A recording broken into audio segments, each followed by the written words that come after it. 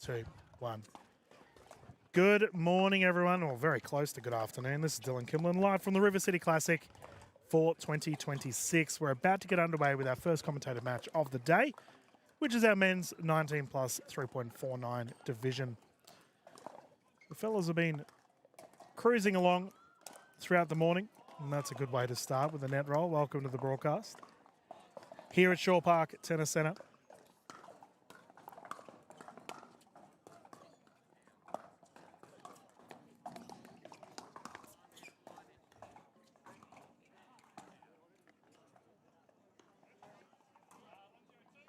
Just getting a score update there from the boys. So it is 1-0. And we do have closest to court, or closest to camera, rather, the combination of Gavin Chow and Damien Maid. I apologise. I'm probably going to bugger your last name up here. I'm assuming it's Kloproj. They're up against Grant Clark and Lewis Myers McDonald. Now, the gentlemen will be playing to 11, rotating at 6. Utilising the Franklin X40s. Franklin, the official ball of Pickleball Australia. Oh, clash of paddles, and that will go through for a 1-1.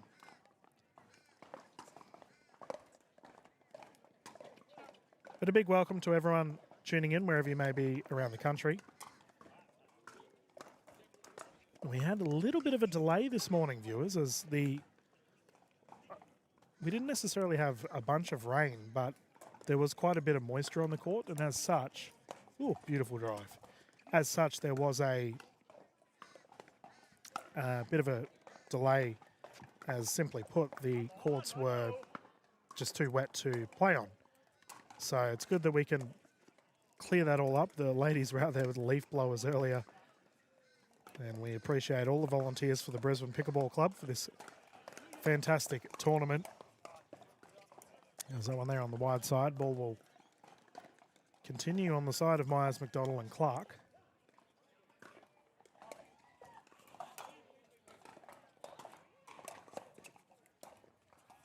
Whoa, long. Close one there on the lob. Now, viewers, if you haven't played at Shaw Park before, we are quite close to the CBD of Brisbane on the east coast of Australia for our international viewers. So we have a good rally there. Now we are, if anything, probably a 15-20 minute drive from the CBD. Nice weather at the moment too. There's that service called on the inside there from Chow, so we'll go back the way of the fellas on the far side of the court. But the conditions for you all, it's very pleasant actually. It's a cooler day for Queensland. Like, I wouldn't say it's cold, but I was speaking to a couple of our Kiwi players. There's a bunch of New Zealanders over for this tournament as we bring up the 6-point rotation. And yeah, the Kiwis were loving it. They thought it was perfect weather. A little bit of a breeze, nothing to worry about though. I don't think it's really going to impede play.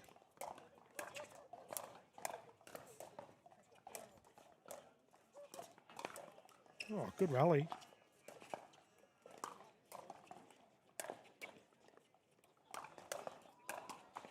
Oh, clips the paddle and goes through. Terrific rally there. Nice composed play from the gentleman closest to screen. Now, I was speaking to Chow and Kloproj before they started, and I believe for Chow, this is his first pickleball tournament. So it's a beautiful thing about the River City Classic, is it's very much a tournament for all divisions. It doesn't matter your skill level or your age level. As that one there into the net, the scoreline goes to 2-6. Sorry, side out, 1-6. So as such, the fellas were pretty shocked to be on show court, but it's awesome nonetheless that we can get the 3.49s on to start us off today. As that one sails long, we will probably go through to the evening today, viewers, considering we did have the rain delays this morning.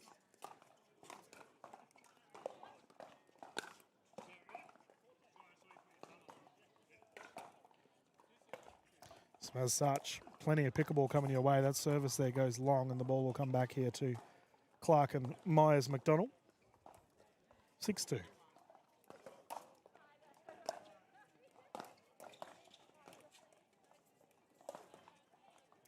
It's good to be back on the Pickleball Australia YouTube channel. It's been a little bit. Been covering non-stop tournaments around the Australian pickleball scene, but I did start my career on this YouTube channel. And the River City Classic's one of the oldest tournaments in the Australian pickleball scene, so it's always good to come back. Speed up there into Myers McDonald. Down to the belly button, catches him off. Chow will bring it in.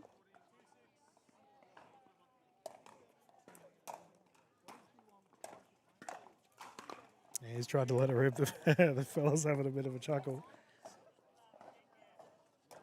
And they do have that left-handed, right-handed combo at the back of the court. And it is wonderful to see with the 3.49s, the players, good speed up. Players really starting to figure out the strategy of pickleball, different play styles. We can see here Myers McDonald has a terrific reach into the, he reaches really well across the kitchen. As such, it makes it difficult for Chow and Kloprodge to really try and speed it up towards him.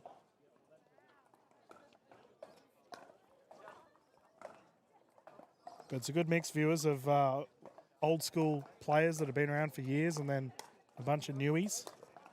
Nice return, deep. I've been stuck on 6 for a little bit here, the fellas.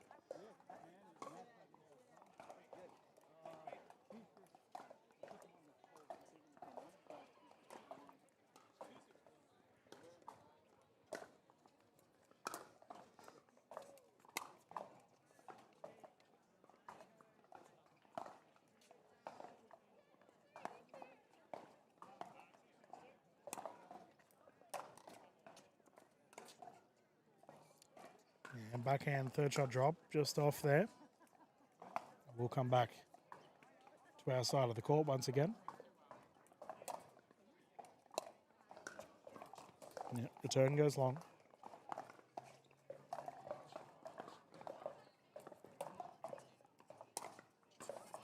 Oh no, collected him.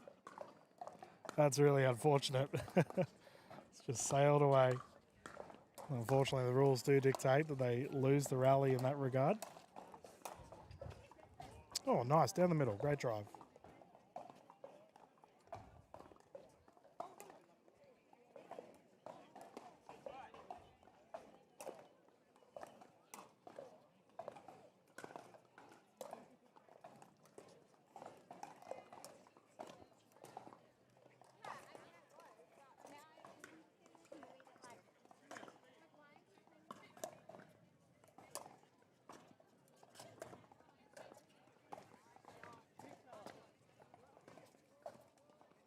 Couple of the Redlands boys running past.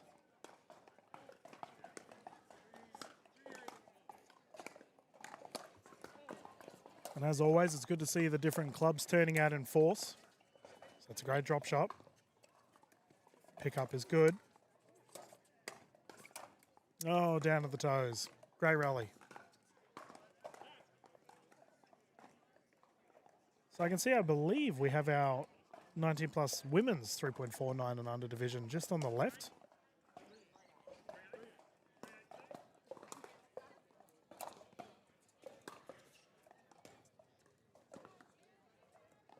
So quick side out again.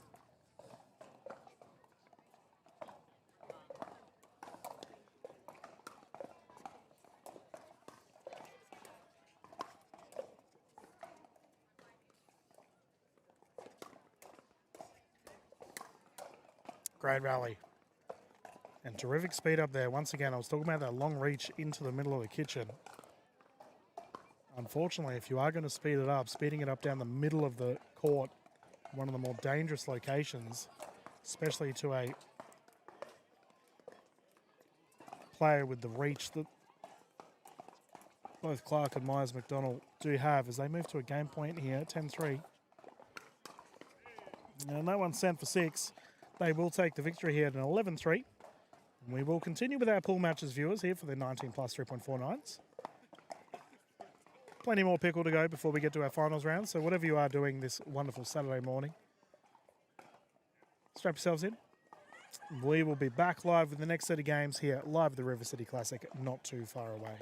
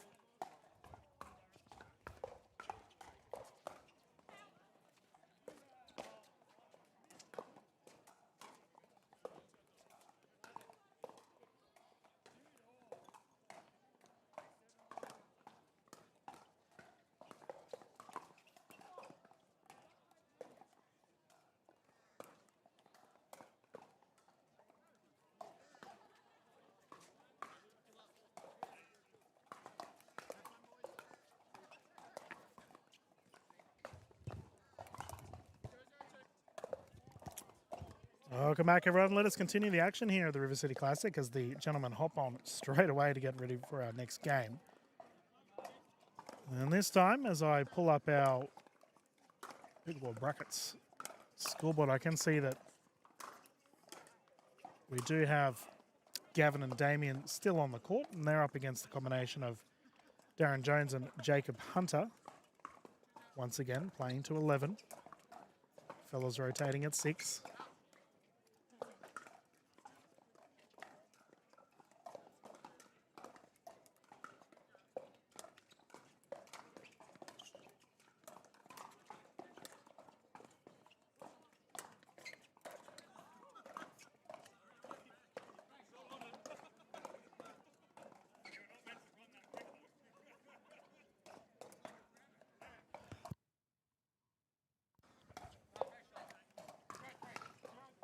Zero three here.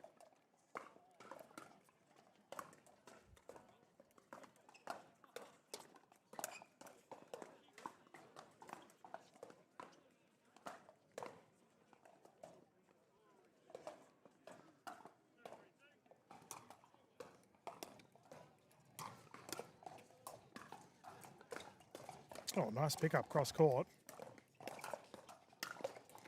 Yeah, great offense. Awesome strike of the ball there from Darren. And Jones will get it back for his efforts. Both these fellas rocking the Redlands Pickleball Club uniform. Good to see the Tigers out in force. Yeah, nice. I've always had a lot of time for Redlands. They've been around for quite a while, viewers. In the last year or so, have really ramped up their appearances at tournaments around the country.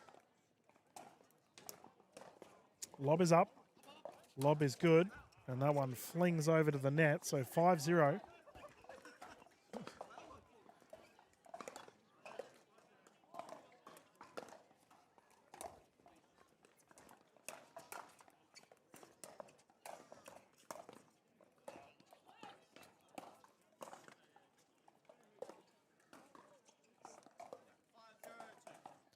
So 5-0, second server.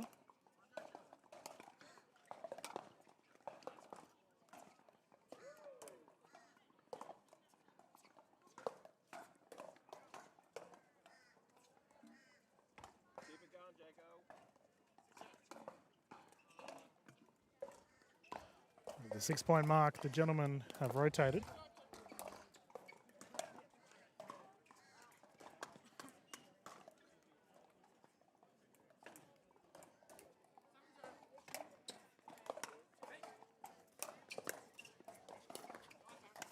Oh, that'll count. Oh, good hustle on, yeah, geez, he pulled up properly there. Hopefully he's okay. Yeah, he looks all right. Ooh, for Jacob there, he definitely tested those lower limbs out. He's all right though, thankfully. So side out here, it has come back to the side of Chow and Cloprodge.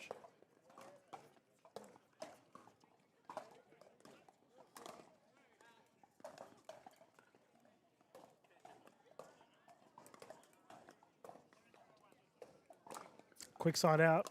These boys are not messing around. Drive is good. Recovery from Chow.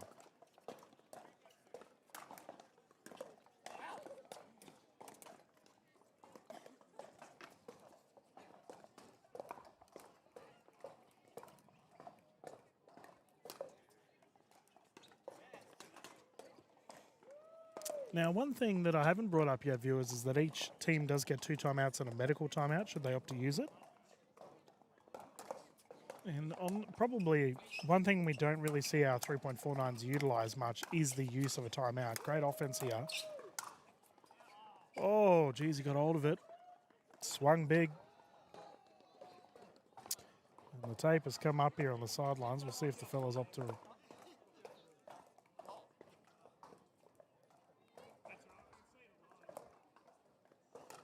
Yeah, we'll grab a.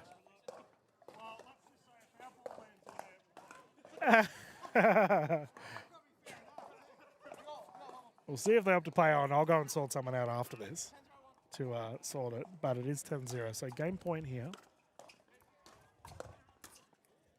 Oh, nice shot. Chipping it down on the sideline.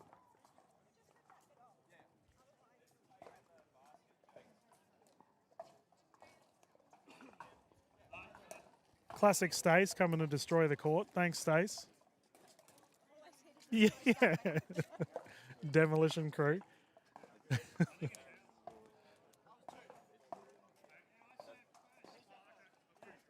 So second server here, 10-0-2. We're just waiting for these other gentlemen to move on across.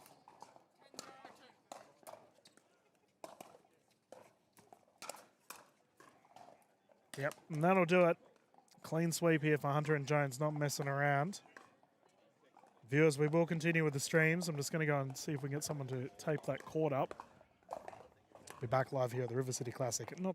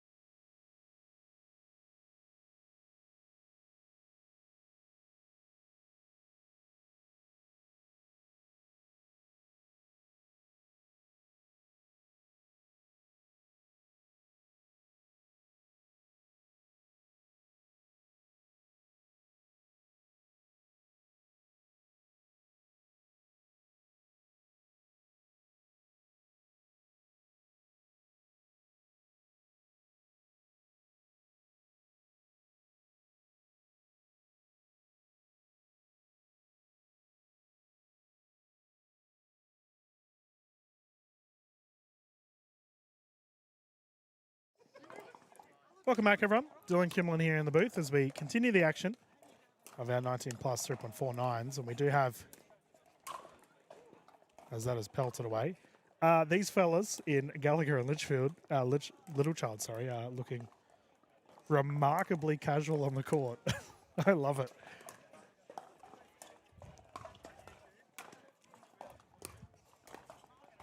It takes a level of confidence to come to a tournament in jeans. So good to see the fellas out here. And so we love about the 3.49s. It's all for fun, but at the same time, these players are always learning. We often see the 3.49s go further with their pickleball career.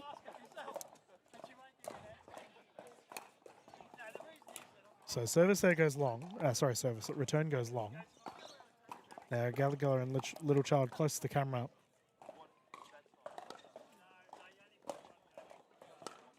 They will be playing to 11 here.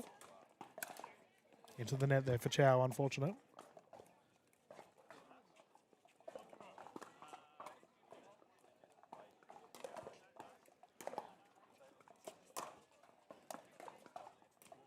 Oof, close.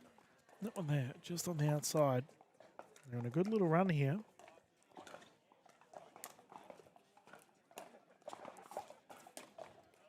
Clipping the net, perfect. Great drop there.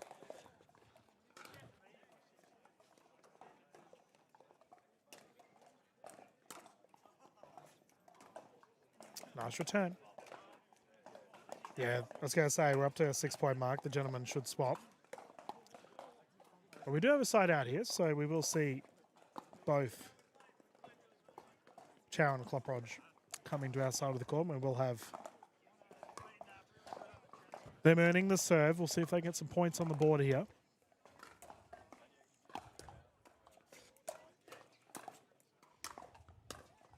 Nice. Great forehand roll. Another lefty-righty combo.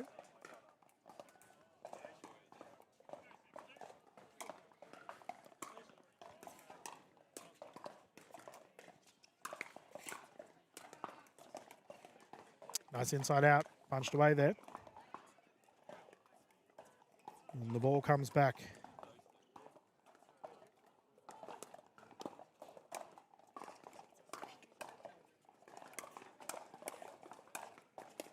Oof. Cross court.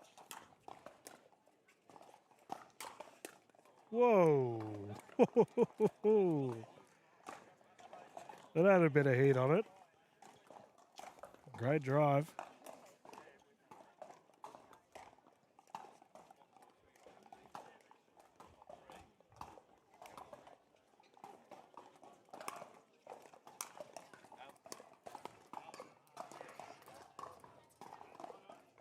That's a great service return there.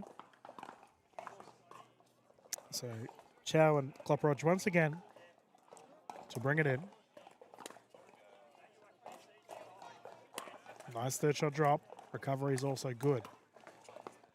So what occurred there was his third shot was great, followed by a good fifth shot drop, but the hands dropped. Now, when I do commentary with Coco, we do talk about this in length, especially our 3.49 divisions viewers. We frequently see players who, you know, they might have technical nous from other sports or have really figured out pickleball, but quite a lot of them. Oh, has that landed in the kitchen? We'll see what the call is. Yeah, it looks like it has. A lot of players will drop their paddles at the kitchen line or on the transition and as such get caught. Especially for our 3.49s. Obviously, a lot of these players are still figuring out pickleball and learning the ropes. It's great to see them in tournament, I will say. Nice serve, that one there on the wide. Now, I can see our army of volunteers here bringing about 30 boxes of pizza. That's not even an exaggeration, actually. It's probably more. Nice, down to the feet. Great hit there. One thing the Brisbane Pickleball Club is really big on is they don't really make a profit from the River City Classic. everything they earn goes towards the players. So they always put on a bunch of food and, drinks for the players to have, and like those powdered things that you can put in your drinks, electrolytes and whatnot. It's always a good experience for the player, and it's one thing Brisbane Pickleball Club need to be credited for, is they continually go out of their way to try and provide a great time for the players. Now, we do have a delay today due to the rain earlier. However, I imagine the players will be pretty in good spirits seeing all this food rock up. That's a great shot down on the right side.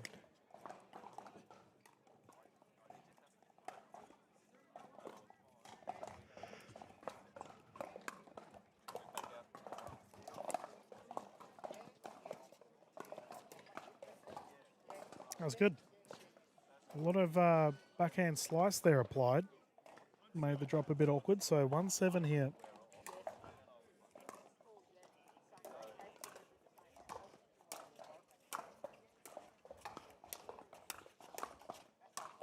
Nice.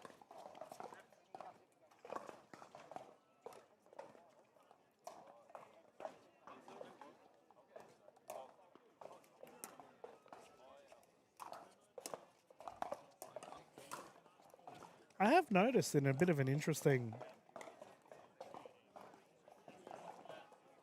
just talking about paddle position here for both Chow and Klopperod, they do tend to face with their backhands down the middle. We can see that here. Whereas typically players will either have their paddle in front of their chest or almost forehand side, ready to rip a forehand. But I guess it does make sense is that both their backhands are down the middle. Beautiful third shot drop. And speed up's good. Ball still alive.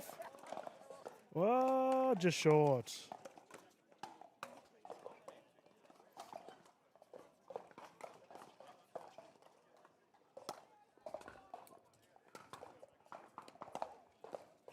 And that has sailed long, so another side out.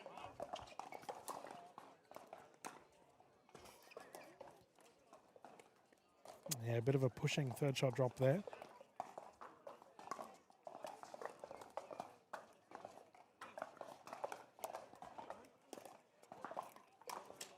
Drive attempt, just short.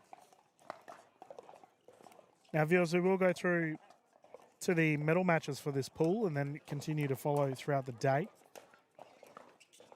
As I was told by our tournament team, we did have quite a heavy delay. So as such, we'll be covering tournaments. Oh, it's a beautiful drive. Be covering tournament matches all the way through to finals as well.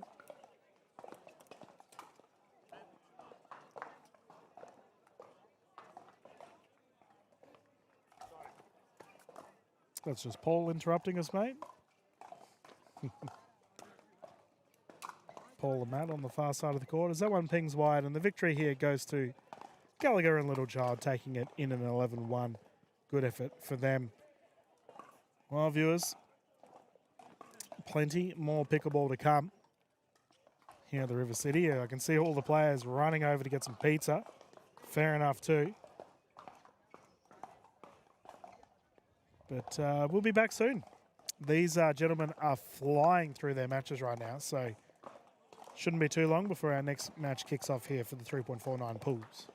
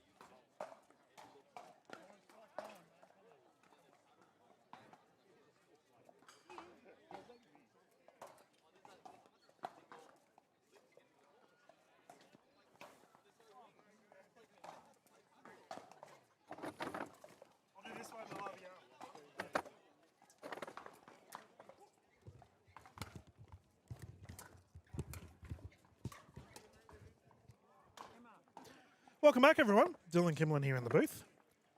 As we can continue the action, we had a bit of a delay there. Long story short, we had ladies rostered on for our court here, but they may have taken off, so we weren't entirely sure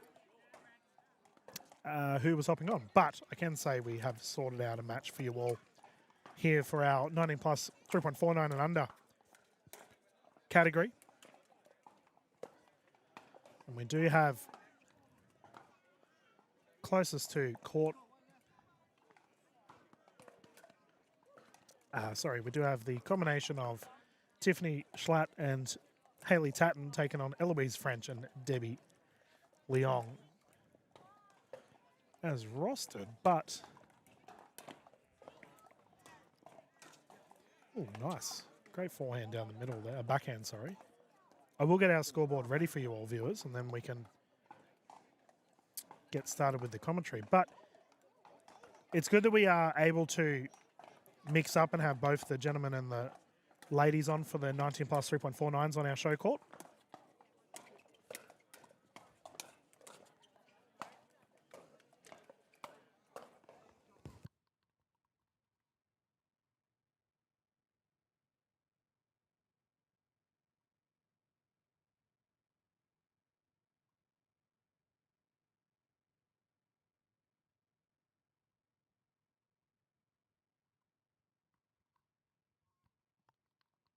There we go. So close to camera viewers, we do have Tiffany and Hayley. And we'll get a score update from our players in a sec. 0-1.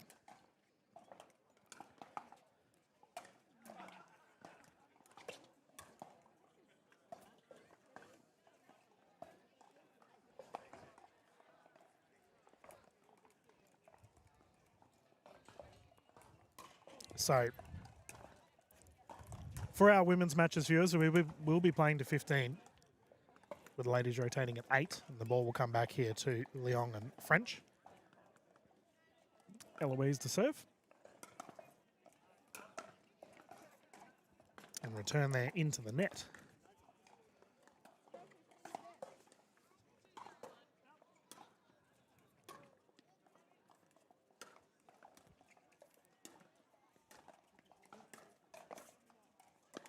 Really nice transition there from Leong and French. And you can see the ladies just having a chat like, oh, we had a chance to blast that. But if anything, I think the slow-paced ball that they just had may have been more beneficial. Third shot drop is good.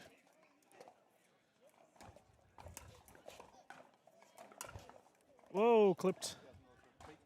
We had a tomahawk there on the side of French. That's where you open up the paddle face, and on a forehand, where you would normally backhand, you use your forehand and hit it across your body. Nice return. Oh no, swing and a miss. We've all been there.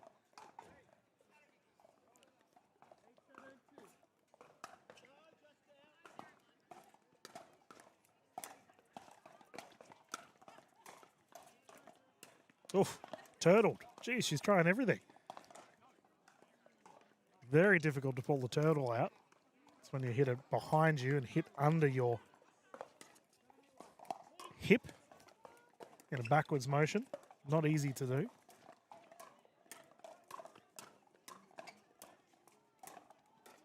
Oh, what a rally. Great positioning there.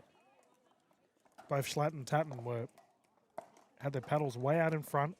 Solid forehand rolls there. That was good. Clip in the net, and that is good. No lets in pickleball, so they do win the point.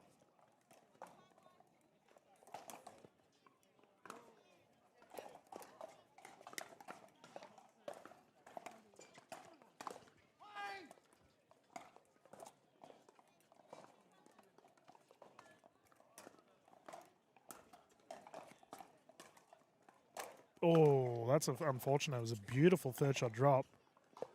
Utilising the pendulum swing, trying to kick it down on the right side, but it's just gone wide. So the ball will come back here for second server at a 2-5-2.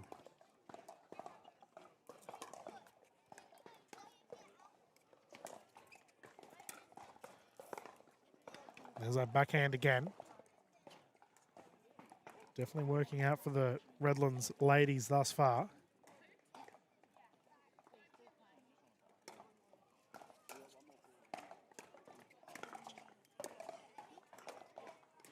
Lob recovery, pinging on the wide side. So at the 6-point mark, they do have a healthy lead here. We will rotate at 8 as we are playing to 15.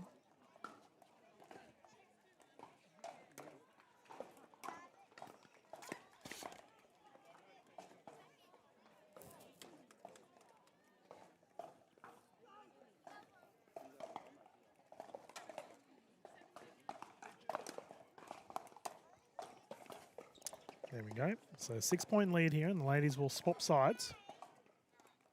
Healthy lead here for Leong and French. We do have to go through and give a big thank you to all of our sponsors for this weekend, viewers.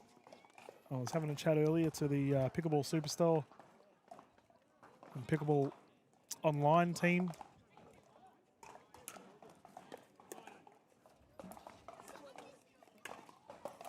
As we have the rotations here, keeping it up. Good rally. Yep, French with the finish. Nice. But of course, we've got Yola. Saw Paige. She's running around. One of the premier paddles of the Australian pickleball scene. Yola getting behind the River City Classic.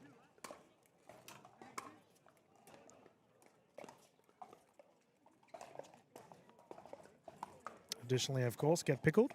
If you haven't played there yet, viewers, I highly recommend it. Fancy new facility over at Meadowbrook. Is it Meadowbrook? I think it's Meadowbrook. Out Logan way, either way.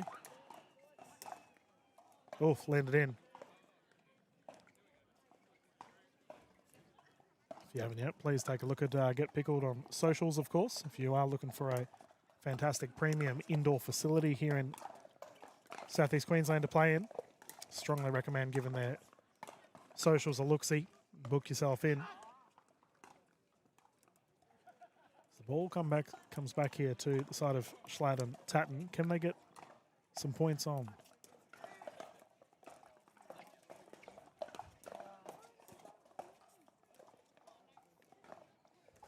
Nice thinking. Maybe that's the pattern forward.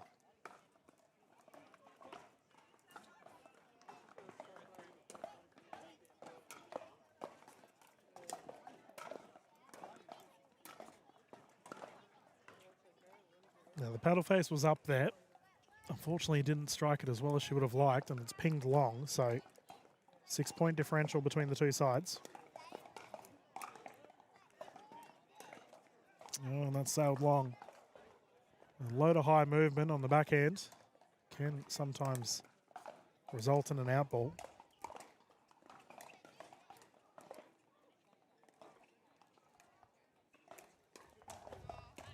And a surface error down on the inside. It will come back here to the Redlands duo.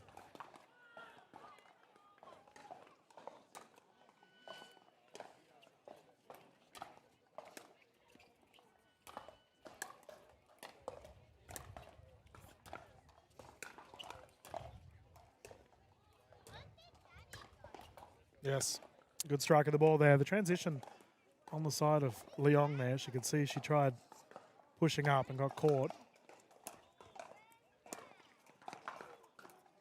No one there's long. Got a bunch of young'uns here next to my commentary booth cheering on, I'm assuming, Mum on the court. Oh, good hands. Great speed up. French got hold of that one and ripped it away. I'm seeing streams of players walk past me here, Booth, with their arms full of pizza. As I mentioned, the River City Classic has chuck on a bit of a feed for everyone.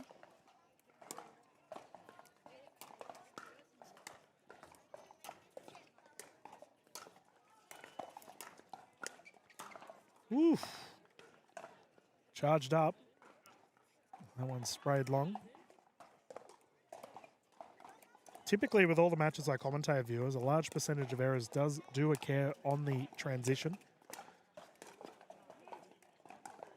Tend to see players get a bit of a rush of blood, get excited.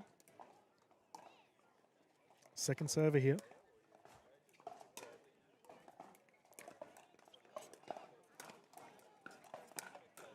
Oh, hands.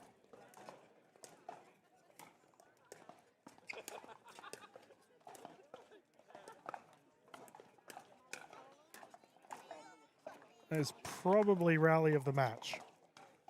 We had a beautiful third shot drop into a fifth shot transition there for Schlatt and Tatton. They had a good firefight with their opposition. Multiple resets as well. In the end for French and Leon, it was too strong in the end, and that's a nice smash down on the wide side, so I believe it's a 13-4.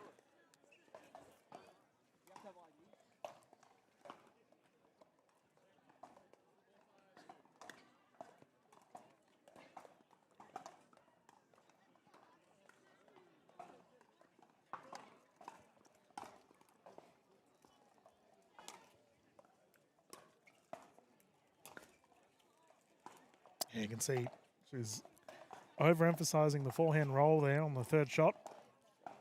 Straight into the net.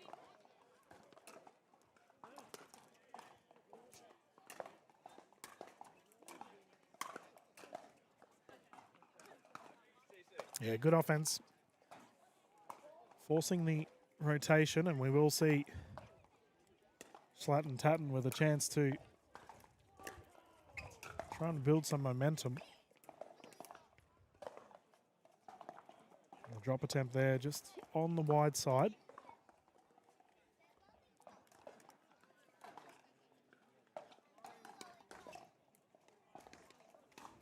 Serve on the inside again, and we'll come back here to French and Leon. 13-4.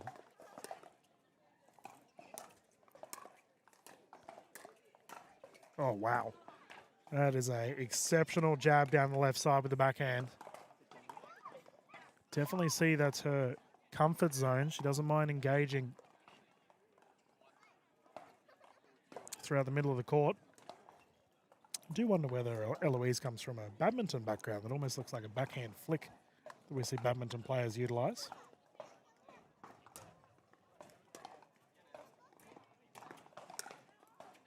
Down the middle, great shot. Almost reminds me of someone like Rebecca Wu, who I commentated earlier this year in the Sydney Grand Slam. She has a similar backhand flick with the paddle. Generates very fast pace strikes with it as well. Nice third shot drop. Yep, body bag.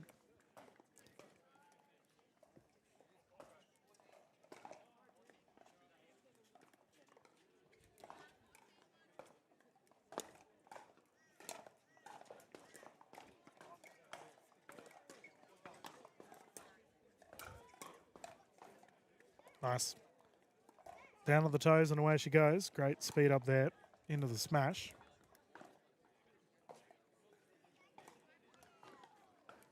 G'day, Henry. Trouble? Never. They'll let anyone in here, viewers. Yeah, yeah, true. Free feed on. Yeah. Redcliffe legend Henry sticking his head in the booth like a cockatoo.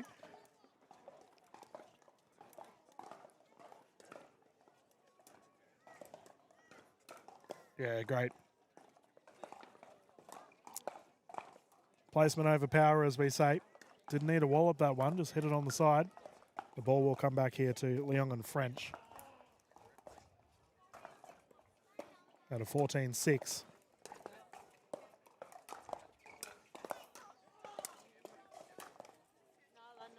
Yeah, that one's pinged wide.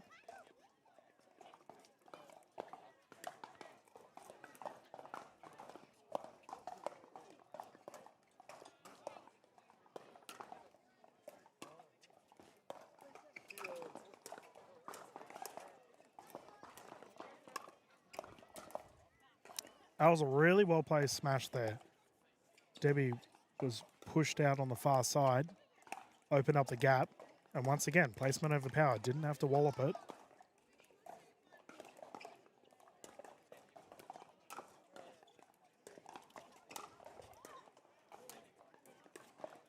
Great reset.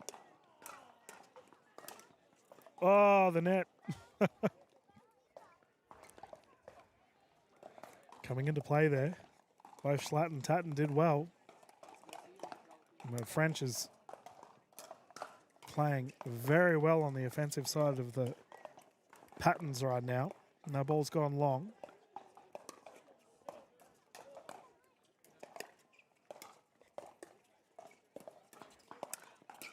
Bang. The 1-2 punch there, pushed out on the right side, pop up down the middle, easy finish. Definitely been some promising signs here from these two on the far side of the court. They transition very well. Beautiful return. As a side out, we'll see if Leong and French can put this one away.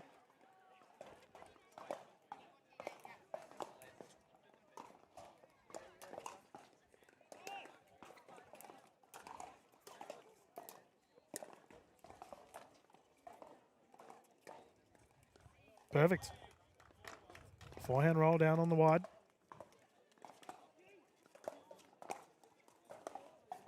Forcing the second service. They're doing well here. Can they continue?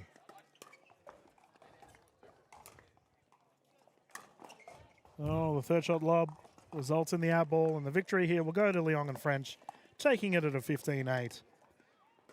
Here for the women's 3.49s. Viewers, we will continue. We have plenty more action coming your way here from the River City Classic. Find out if we got the gentlemen or the ladies on next. And continue the streams here live on the Pickleball Australia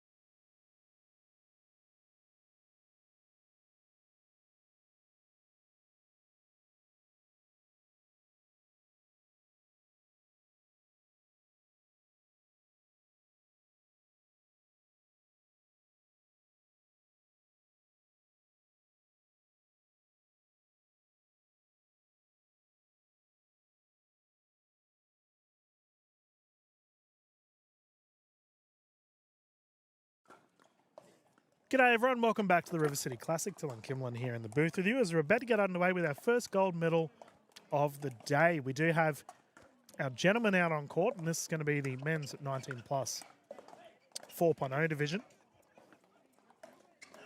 Now we've been offered pizza in the booth. I'm a good mate, I've been loaded up. Thank you though. We're getting food thrown at us here in the commentary booth, viewers. Thank you to the Brisbane Pickleball Club for chucking on a bit of a spread for everyone. But we will have the combination of Luke Morland, and he's teaming up with Mim. It's good to see Mim out there. Mim Pipos. And they're up against Felix Hesh and Liam Dobson. Now this will be 3 games to 11. With the gentleman rotating at 6, should we get to a game 3? Mim looks like he's ready to go. We can get started here. Gold medal pickleball. Love the River City Classic. 0-0.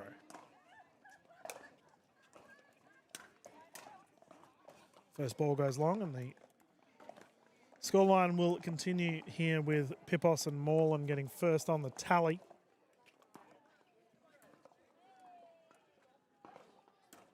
Now, I did see in the YouTube chat, someone was saying it does look like a lovely day. It's actually been beautiful.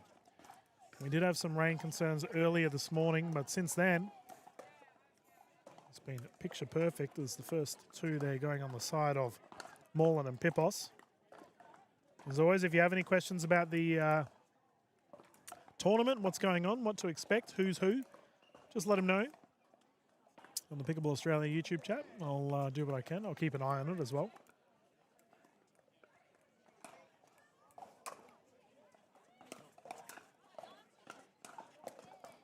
Oof. Pipos with an absolute rocket. Now, I've covered Felix a number of times here, and I always apologise if I pronounce Hesh incorrectly, as I did used to cover a pro pickleballer called Yushay Hesh from Southeast Asia. She was incredible, but I understand different pronunciations for same spelling of names. There's Mim with the speed up. Nice backhand roll there. A bit of a social media influencer is Mim Pipos.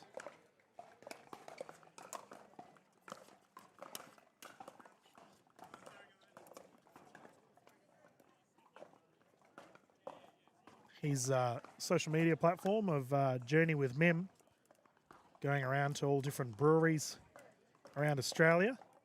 Great content. If you are someone interested in the odd bevy or two, I strongly recommend giving it a look-see and supporting one of your fellow pickleballers.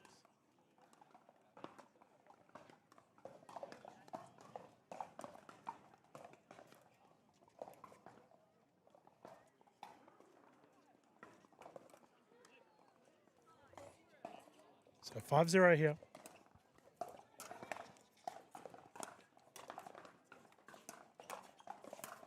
Oof, big swings.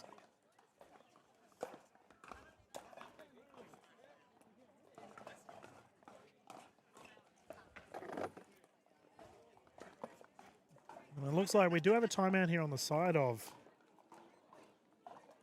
Liam and Felix, and they're opting to come on the sidelines here and have a bit of a breather.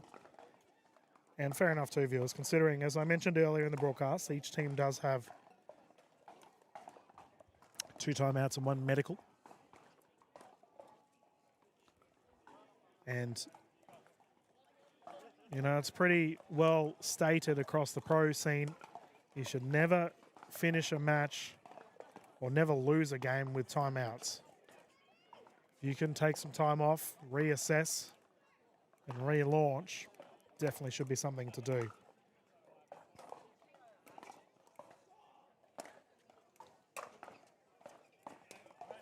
The return goes long. And we can see here that Pipos and Moreland are opting to stack. The right-handed, left-handed combo, pretty standard for the 4-0s.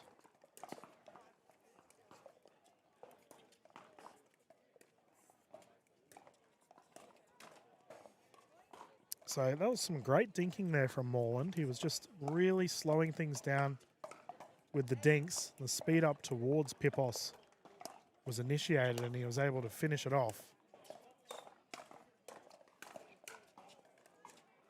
Oh, close. Felix had it. He's got a big grin on his face. To be honest, I don't know when Felix isn't smiling. Seems like a very positive person.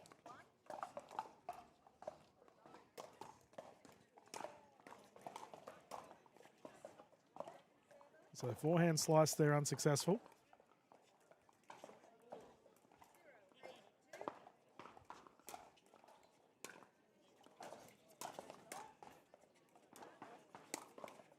Yeah, good backhand roll. Nearly landed in the commentary booth.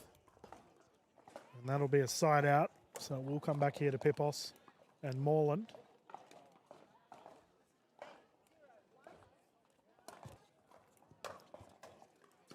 Net roll, that's one way to win the rally.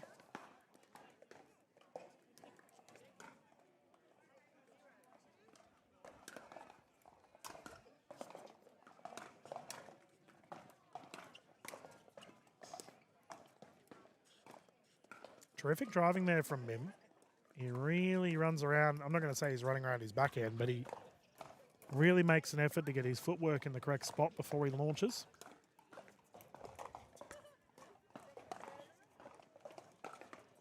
As Felix gets the second attempt here.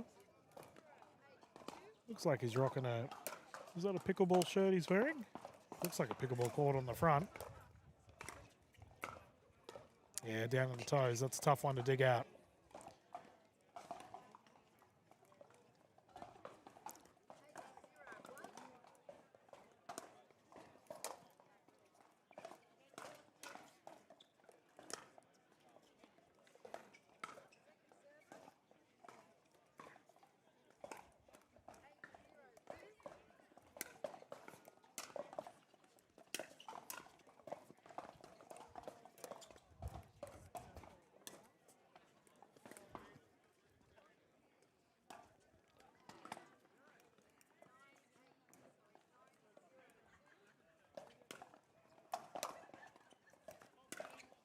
Oh, nice two-E.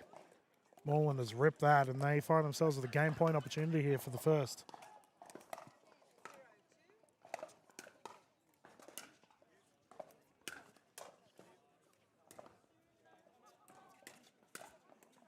Yep. And that'll do it. The first will go the way of Moreland and Pipos taking it at an 11-0. My goodness. The fellas are not mucking around. As they pop off and the gentlemen all come to have a breather.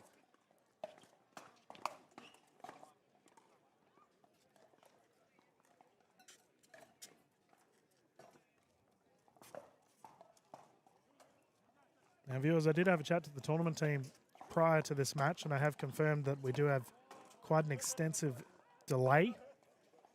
So as such, I imagine we'll be going quite late into the evening today. Unfortunately, that those wet courts we had at the start of the day has sort of made things a bit tricky as we continue to trundle along. Thankfully, the courts look beautiful now, so we shouldn't have any more interruptions, hopefully. Okay, it looks like the fellas are ready to go and we can dive into the second here. So a must-win game on the side of Dobson and Hesh.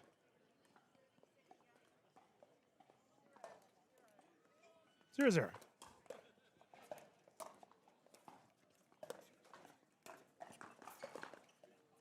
Oh, bit of a lapse of communication there, and we can see Liam looked like he was pivoting for an Ernie there, and Mim got caught. Big grin on his face. So, first points on the board there for Dobson and Hesh.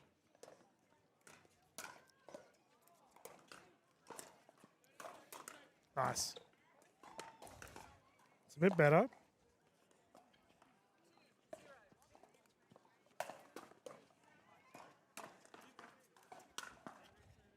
Yeah, Felix got hold of it. That one's sprayed long.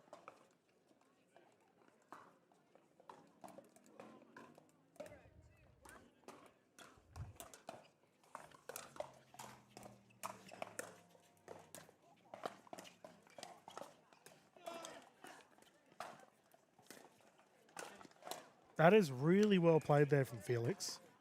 So Hesh has really forced Liam out. Opened up the middle and got a high dink, which resulted in an easy strike down the middle. And as such, they have the ball back. Much better effort from these two in this game too. Commentator's curse kicks in. Sorry, fellas.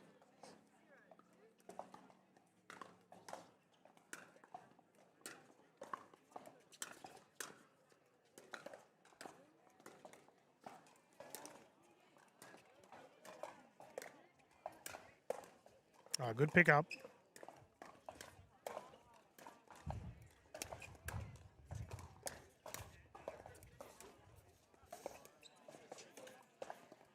That was a fantastic reset there on the side of Hesh. He's really pushed it in the middle. Pipos will get it back here. 0-2-1 for Mim and Luke. Need to get some points on the tally. And there we go. That's what they achieved. First one there, 1-2.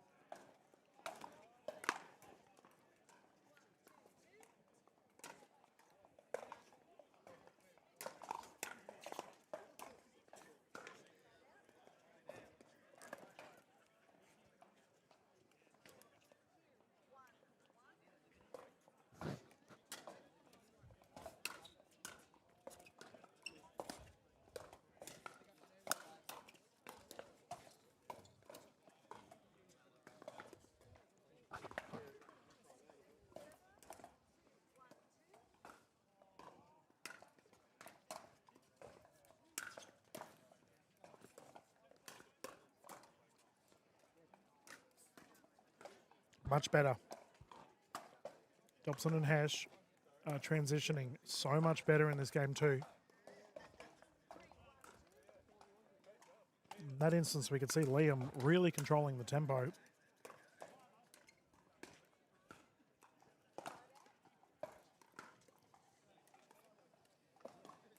So ball comes back here to Pipos and Moreland.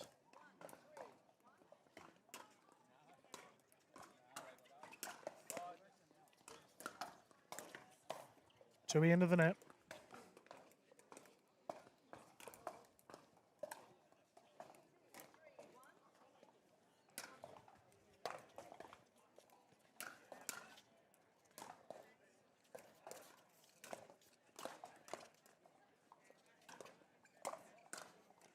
Nice. Mim was really holding that backhand there and has released it.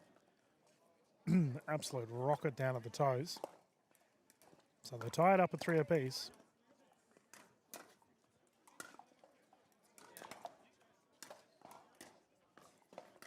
That's better though.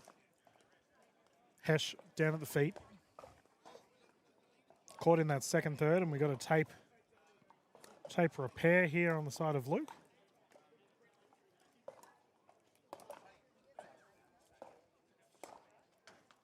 We're okay. Let us continue.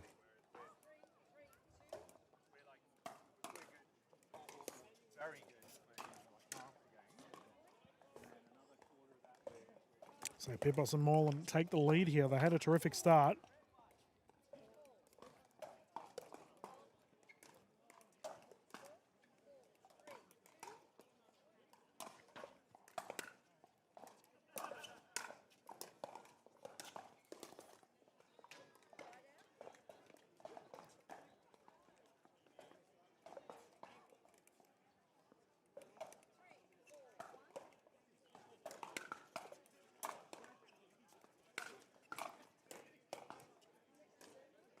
Quick second service.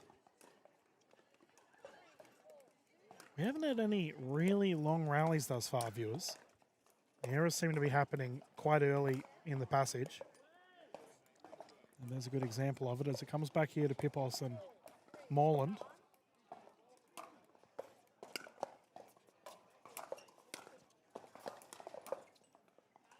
Pipos has launched it up and hoped for the best. Double-handed backhand lob goes long. Pings over to our backcourt there. Thank you to Darren for the retrieval.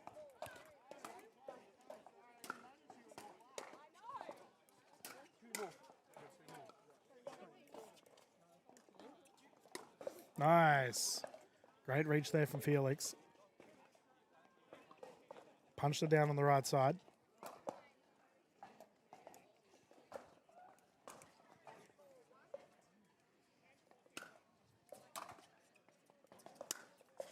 Long. And he has had a couple drives go long here. Just opting to let it rip.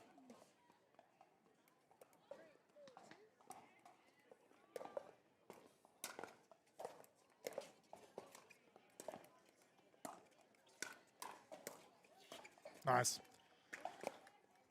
So Pipos tried for the backhand roll at the first point, which didn't strike as cleanly as he would have liked. Did pop up and the easy finish there, and as such,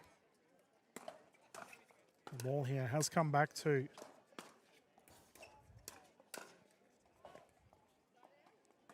Dobson and Hesh as they get the 4-4, but another side out.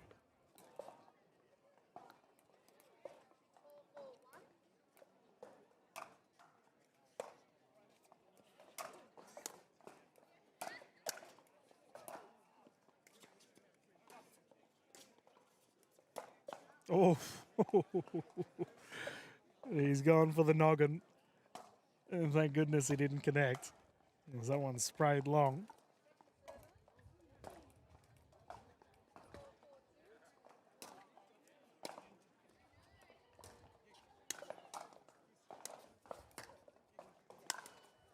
Terrific offense. 2 defensive resets on the side of Moreland and Pipos, but in the end,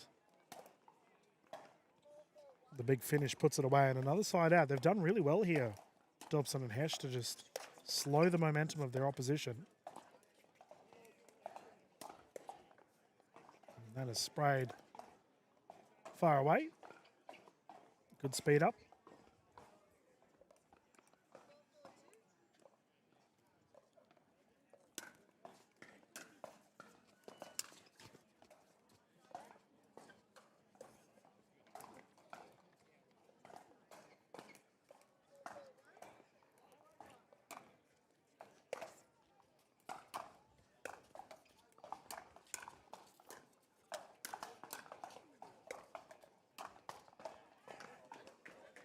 was nice there from Dobson.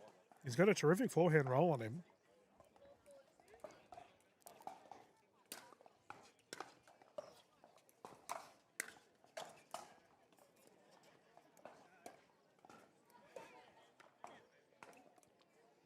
That was called long, or on the wide rather.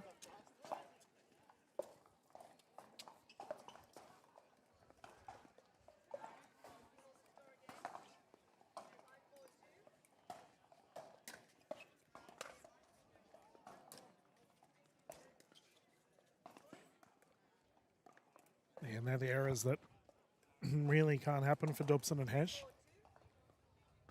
They were playing so well, they need to find that form.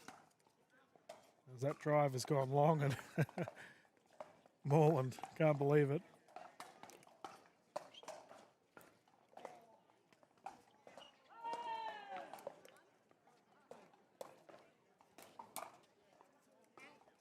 Long. So it looks like our medal matches are slowly starting to get underway here for our morning sessions viewers. I know we do have a 2:30 time slot as well expected. Terrific backhand roll there.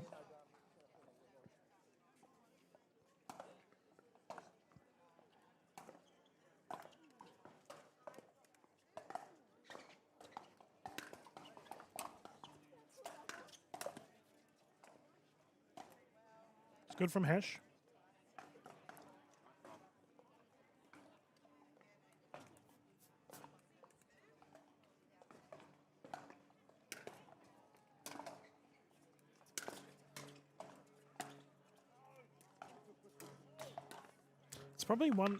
It's an interesting play style that Felix has. Like, he does occasionally have the error from the baseline with the big drives and whatnot, but soon as he gets to the kitchen line, that's when he's very dangerous.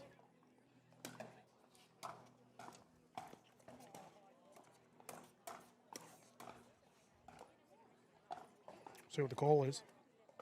Good hands regardless. Pinged off, and see Paul and Matt on the retrieval. No, they're in the middle of a game, it looks like. So it has landed in. Nice shot.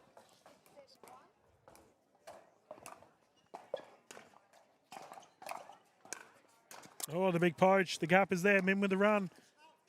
Oh. Pipos has flown past to try and recover, and it's just landed long.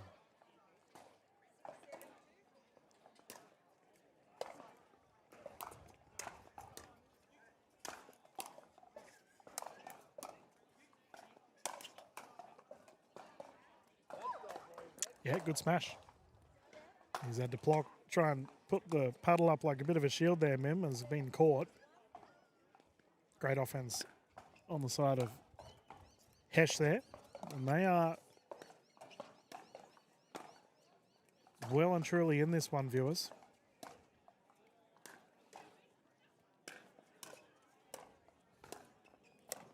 Yes, good poach. Well played from Dobson, read it perfectly. I think for Felix, we can see when he goes for that big drive at the back of the court, he leans back. And as such, his paddle does go to a low to high motion. Sometimes it pings. It doesn't hit it as cleanly as he would have liked, and it does go far.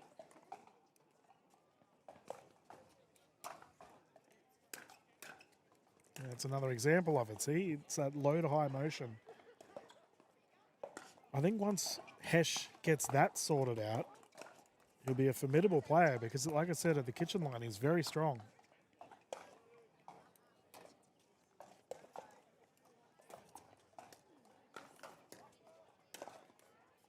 Case in point. Great speed up, comes over to Moreland, second server.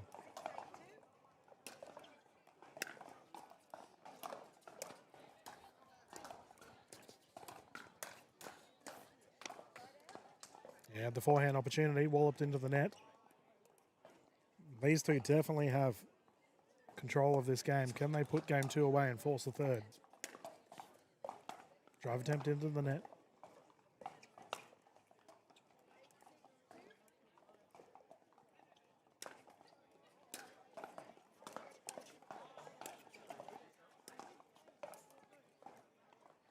Nice. Deep dink on the side of Hesh there. Down on the right side.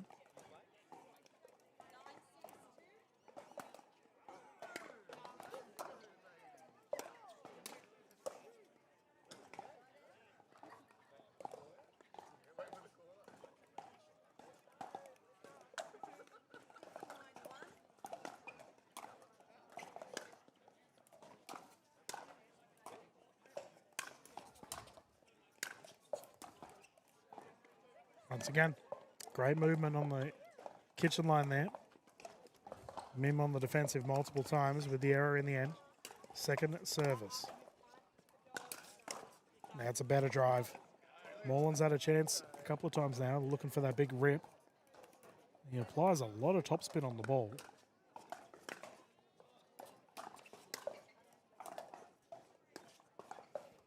Okay, this is when I'd like to see a timeout on the side of Dobson and Hesh. They've controlled this game thus far. They can't let this lead slip.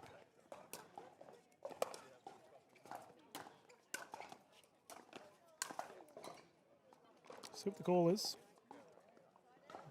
Yep, good smash. So we'll come back here to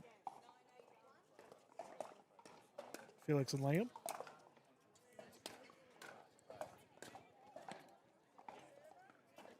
Drop attempt is short.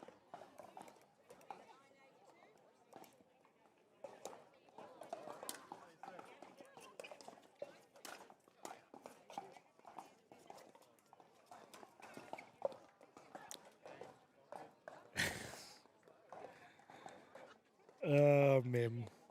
We all do it, mate. And a big swing and a miss.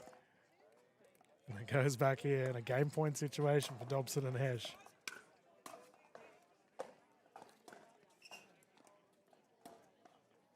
And they take it. All right, we're going to a third.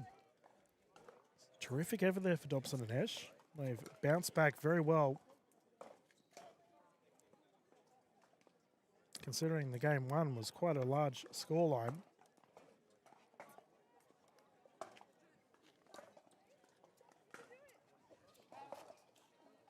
But viewers, the Brisbane Pickleball Club, if you haven't done too much with them, they are a fantastic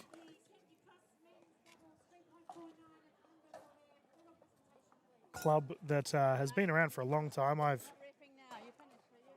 been a part of the club for a very long time. I remember going back to the Christmas parties 4 to 5 years ago over at Albion. Fantastic experience. And the club has always been about the members. Has many venues under it. And promotes new player development, tournament space. They have a dedicated tournament at the Ekka, or around the time of Ekka, specifically for members only. It's a terrific club, honestly. They do everything they can to just promote the best possible experience for the player.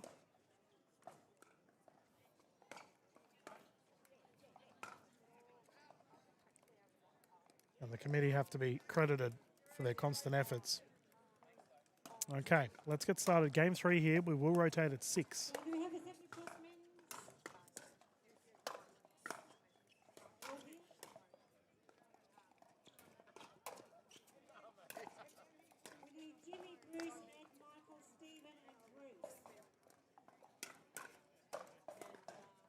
Oh my goodness, what a rally. Okay, guys, in the rose gold medal position, we have Stephen Post and Bruce White. Wow. Okay, we're going to start game 3 with an absolute screamer. Incredible rally from both teams there, and the first point's going to Moreland and Pipos.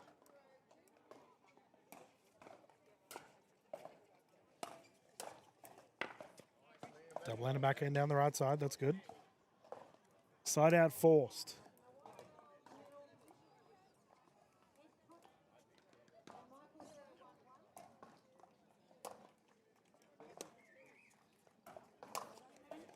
Great drive. 1-1.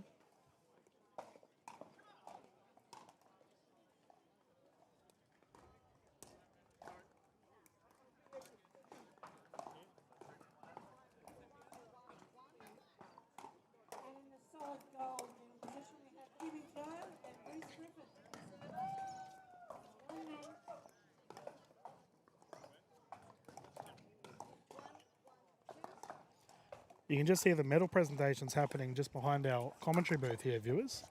Hopefully it's not too loud for you at home.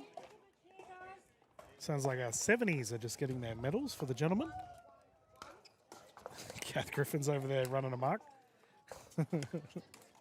Great drive.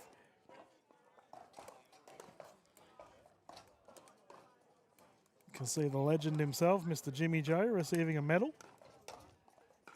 Coolest name in pickleball as that ball goes long.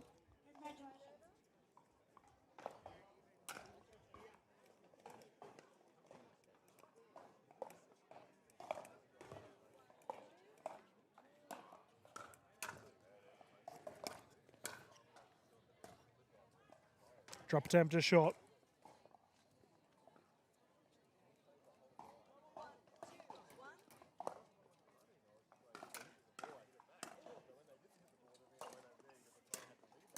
Nice.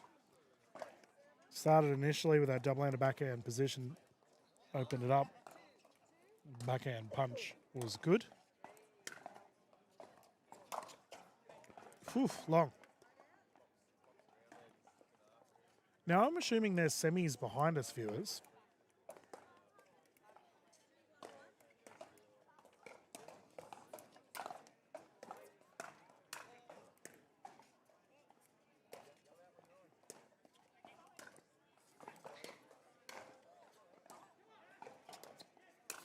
Oh, the poach. Terrific there from Orland, running across. Big right hand down the middle. I believe that court behind us, viewers. Yeah, that's the 19 plus 3.49 and under. We were showcasing them earlier today. So return goes long. We'll probably have them on for their medal match at some point, as well as the ladies.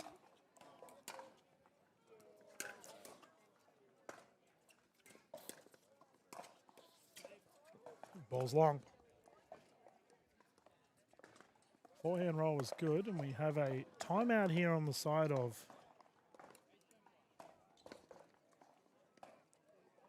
Dobson and Hesh. I'm just going to fix up our camera viewers as it's kicked off a little bit. Be back in a tick.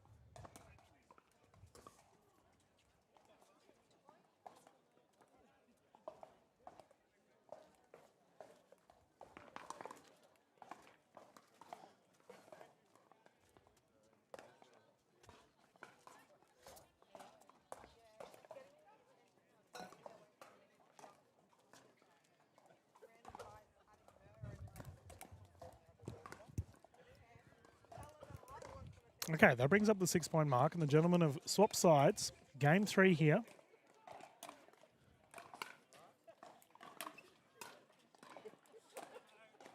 No one's called long, and as the rule determines, that is okay because it was a prompt call. 7-1-1. And they've really put the foot down here. We need Dobson and Hesh to find that form they had in the last game.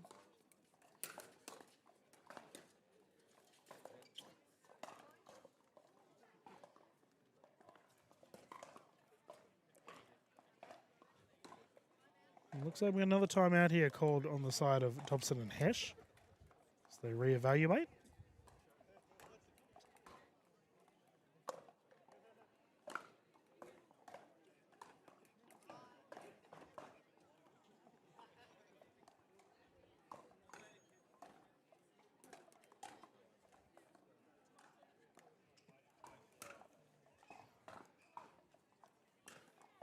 Just a quick breather. And they are good to go. Just opting to stop the momentum of the opposition. With Pipos serving again, they have a very healthy lead.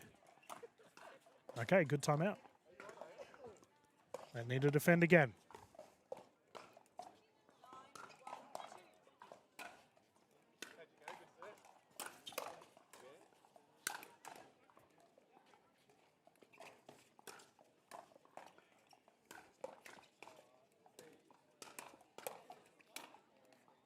Well placed.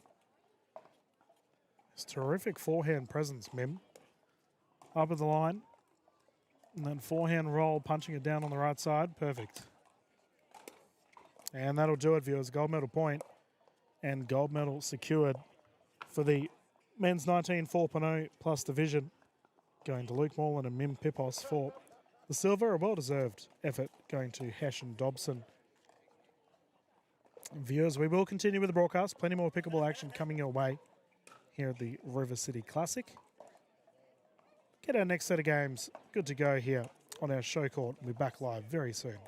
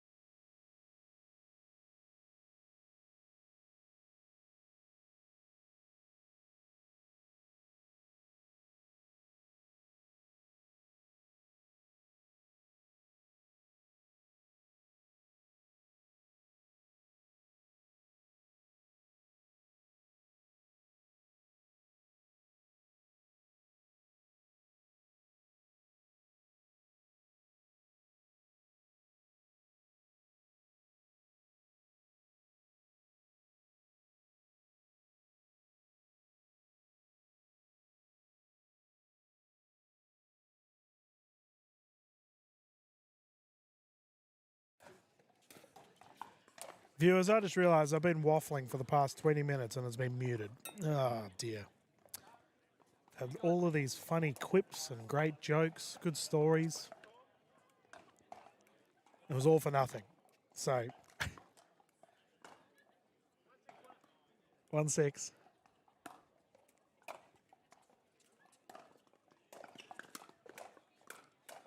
Oof, good hands. So I'm just going to assume you guys missed everything that I just said. We do have the men's 3.49 and under gold medal. Close to camera, the combination of Clark and Myers McDonald up against Arcee and Shaw on the other side. 3 games to 11 with the fellas rotating at 6 should we get to a third. Utilising the Franklin X40s. So they're up to a 3-6 here. Good little comeback. On the side of Paul and Matt, the big poach, good finish, stayed out of the kitchen. Absolutely pummeled.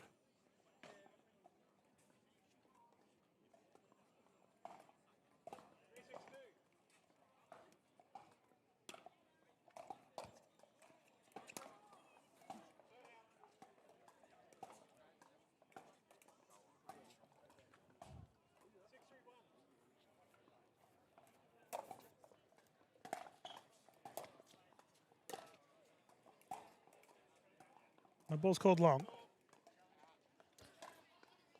Challenge is there.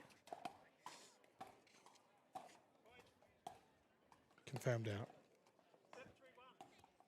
But I was just saying before I realised I was muted, viewers, that Paul D'Arcy has that's a great drive, has a design on his paddle, which I'm trying to figure out what it is. It looks like a palm tree or something and an island. Looks like he's drawn on it with a crayon.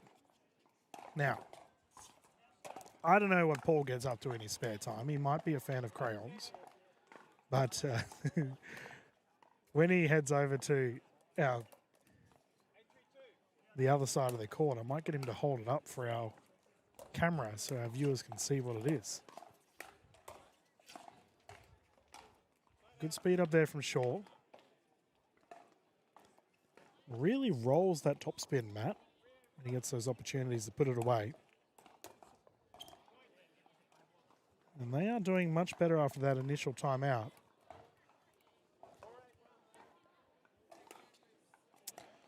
Commentators, curse kicking in there. Fantastic, Dylan. Well done.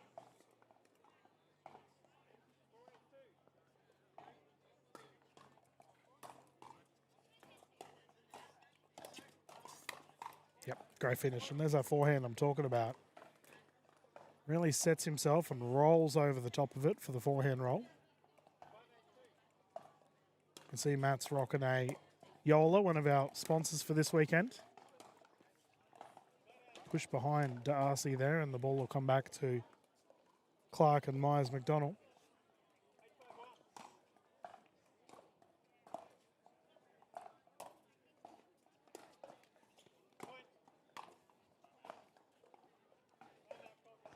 Timeout here on the side of D'Arcy and Shaw. And their last timeout was a positive one after they resettled and bounced back into it. Mr. Jones Perrin there in the middle of the court, our official for this match. As always, a big thank you to all of our referees and volunteers this weekend. I was speaking to head referee Mark Delaney earlier. Very chipper mood. The referees have been out in force, helping out. Not to mention all of our volunteers. I can see an army of them over there delegating pizza as we speak. Henry's also over near the pizza truck, pizza table, enjoying some good pickle, tucking into some food and waiting for the giveaways.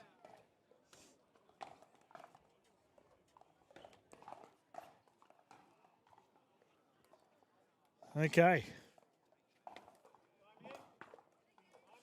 Well, let's continue here at a 9-5. Service return error, and we have a game point here for the first.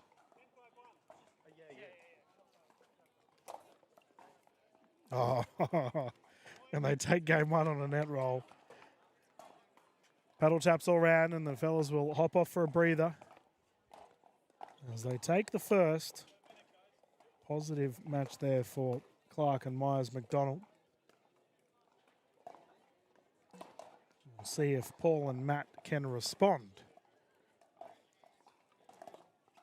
Nathan with goggle-sized glasses hopping on the court. Mr. White will no doubt feature at some point with the medal matches throughout the day.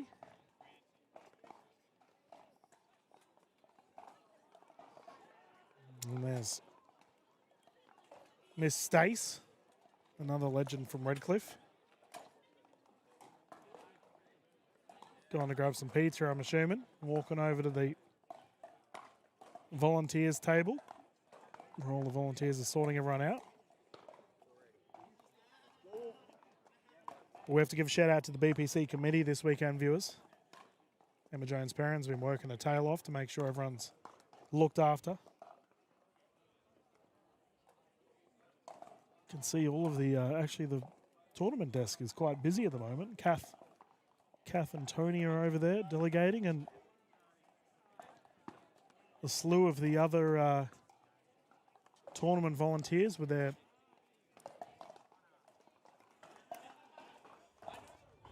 high-vis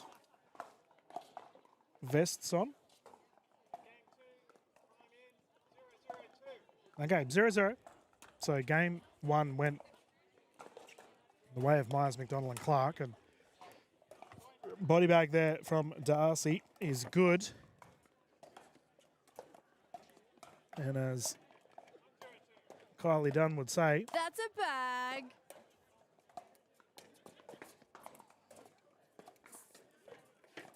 that is a bag. Oh, clipped the paddle again. Paul definitely meant it. 2-0. Better start here from these two.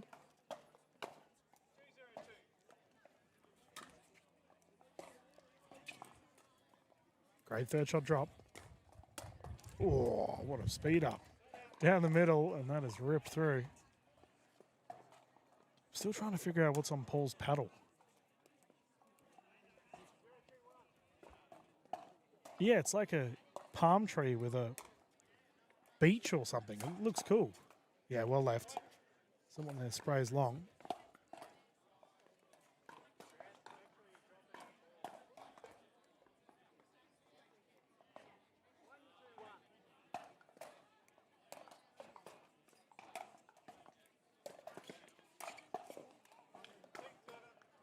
It's better from Shaw.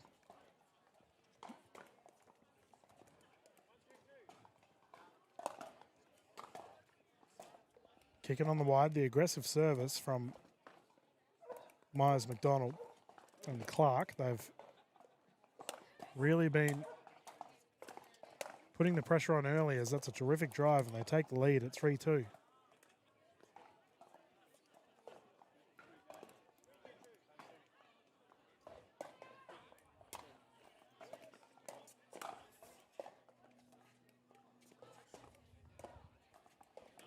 Any opportunity here. Neither of the fellas opting to take it. And this here is the best time to do it, Ernie viewers, as Paul wins the battle of the patience. But if you continually dink down the line to front on to your opposition, both players can go for an Ernie, and I'd strongly recommend everyone adding it to their arsenal. Good finish. Second server here was Shaw to bring it in.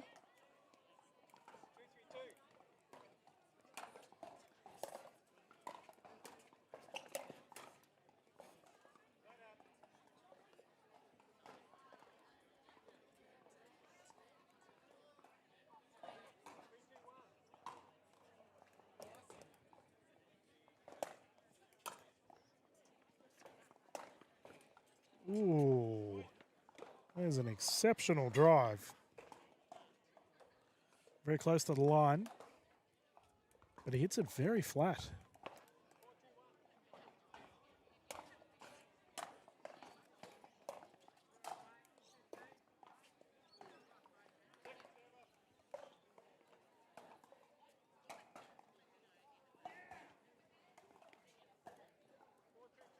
So 4-2-2.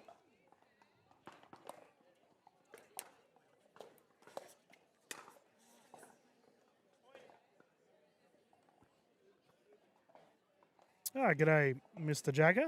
Sorry, I've just opened up the YouTube chat. Can see Jill and Mark watching in and tuning in. Watching from Mackay. Weather is looking good, mate. I will say the rain cleared up this morning. We did have some wet courts. That's a beautiful shot there. And the switch on the side of Clark and Myers McDonald result in the error, and the ball will go back to D'Arcy to serve. But yeah, the weather's looking really good now. We had some wet weather concerns earlier today. Not so much the case now, as the speed up there from Shaw just off. And yeah, Jill, it was definitely my fault. I was waffling away, you know, just telling all these great jokes and good stories, anecdotes. And it was all for naught. That's a great poach there on the side of Myers McDonald with the backhand down the middle. It looks like someone's walloped my camera as well, so I'll have to straighten that up afterwards.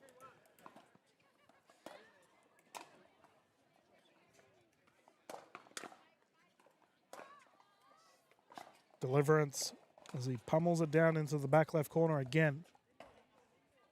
But yeah, we do have the Matt and Paul duo from Redcliffe right in front of us here.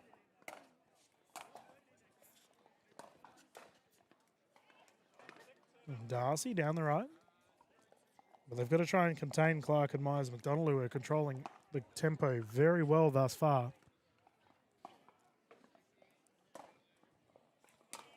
Nice deep serve, even better deep return. It's a shame there for D'Arcy. He had the smash opportunity and just put a bit too much oomph on it. Sails into the net.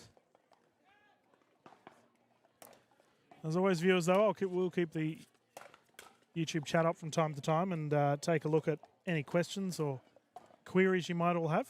Do my best to answer them. 7-2-2. Beautiful. Forehand roll. And I expect a timeout here on the side of Shaw and D'Arcy. No, they opt to continue.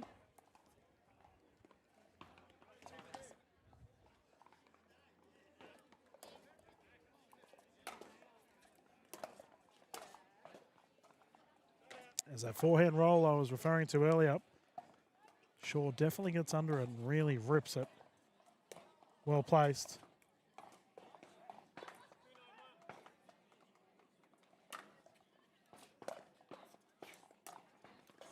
That roll. Sorry, not sorry. Hashtag salty dinks. I did see Ben around here somewhere. The big lad was looking mighty dapper as always. As that third shot drop there on the wide side, and Paul has a mouthful of his paddle. Unfortunately, Paul, that won't help you drop any better.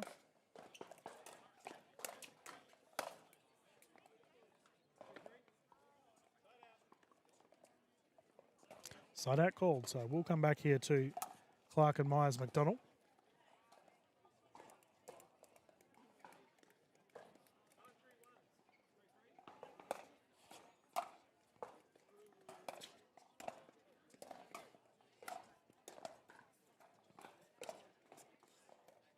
Terrific reset and transition here. So cross-court dinking, really pushing D'Arcy out. And the change of the pattern is what messed it up there for Clark and Myers McDonald. I thought they had control of it. But it is something we see, viewers, where players will frequently be in a positive pattern where they're probably in charge of the play at hand and opt to change things out. Oh my goodness, what a pickup. That was crazy.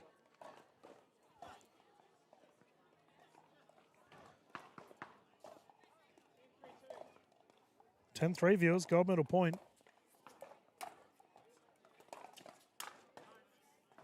And punched away. So they survive. Can these two get some points on the board? It's a good serve, even better recovery. The poach is there and down at the toes, away she goes. Paul getting pummeled. D'Arcy with the second service.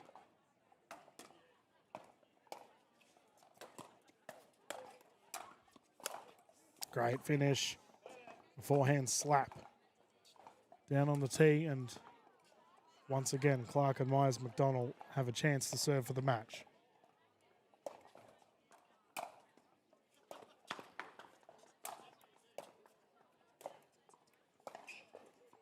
It was a terrific reset.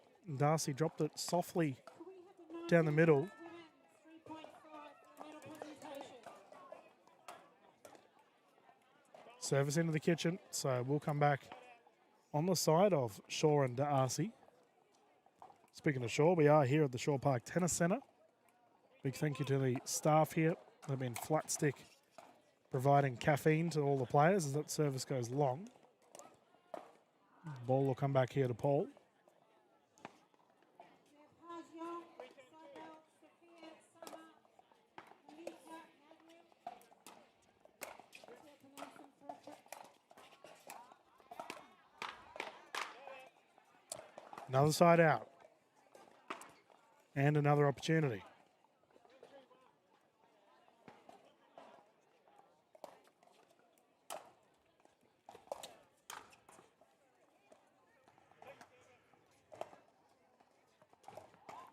So second server here. Oh, I can see the Dink Floyd uniform. That's Kylie Dunn's team for, I want to say, minor league at Harvey Bay. I know Kylie was talking about it when I was on the broadcast with her last. Third shot drop is good. Lob into the net. Another side out. Oh my goodness, these two have defended multiple match points. In the right field position, we have Sophia and Summer.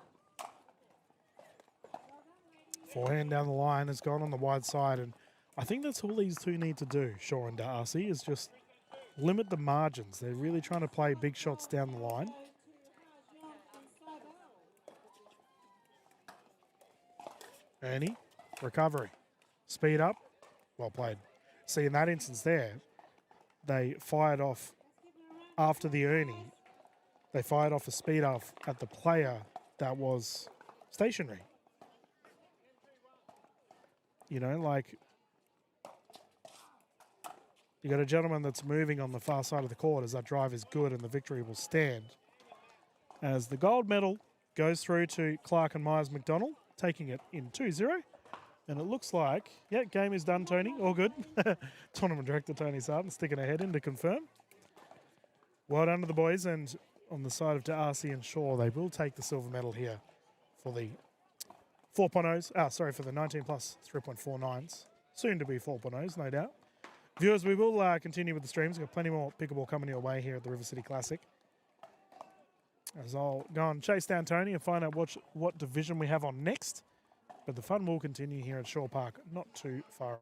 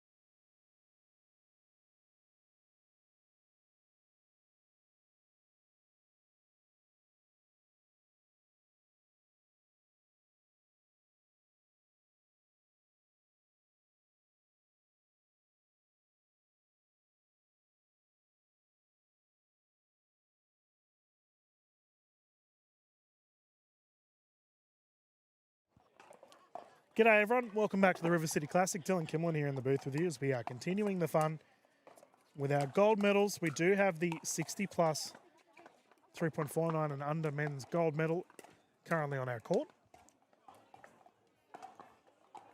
Refereed by the wonderful Antonia Solomon. This will be 3 games to 11, rotating at 6 should we get to a game 3 with the fellas utilising the Franklin X40s.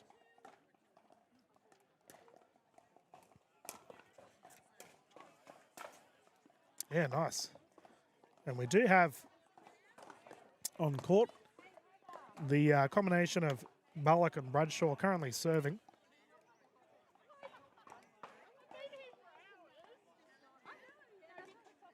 Yep. Oh, and our first challenge. Okay. So Bruce and Cullum closest to us here. And it's funny because for these fellas, oh no. Some of the boys, this is their first match playing with a official. So official Antonio did go through it in length about the rules are. So she's just going through it again. But if you are new to pickleball matches at home and you are wondering what the rules are regarding if you have a referee, as that pings on the side, the first points on the board here for Bruce and Cullum. Pretty much, you must wait until the official calls the score before you serve. So what occurred earlier was... Oh no, she's doing all the rules. Just let the boys play, Antonio. No. I get a lot of time for her. She's such a good egg. So that fault there was called on a service action fault, which meant that it was deemed illegal. Drop attempt there. Just short. So for our duo of Ballock and Bradshaw, they're both Allens. Makes my job easier in the booth. Third shot drop there, just short. Ball will come back here to Cullum and Bruce. We'll see how he goes with his service action here. So Antonia will explain if it does continue what the problems may be. But it can be tricky, viewers, when an official does call you on your service. It does stick in the back of your mind. Nice backhand roll, ball still alive, beautiful reset.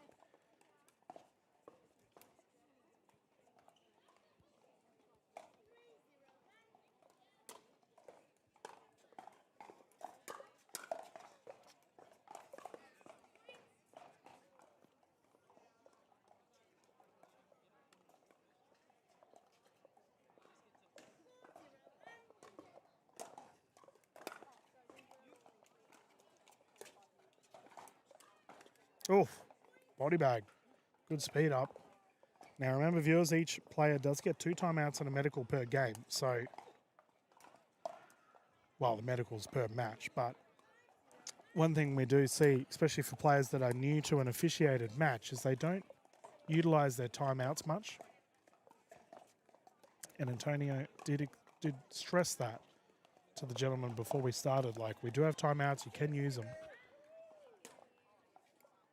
Service there goes on the wide side, and we will see it come back here to Ballock and Bradshaw. Oh, my apologies. Second server here, 6-0-2. Ooh, floated long. Nice third shot drop there.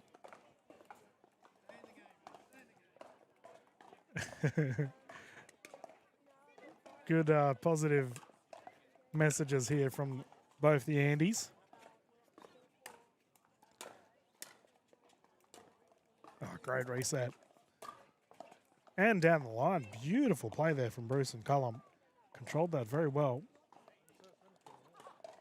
But the Andes, when I asked earlier if they're okay with being on the broadcast, they just asked if I was going to sledge them. Which I'm all about banter. But when they're new to the tournament space, I'm not exactly going to rip into them, viewers. That's a bit harsh. For Bruce and Cullum, though, 9-0. This is a very healthy lead.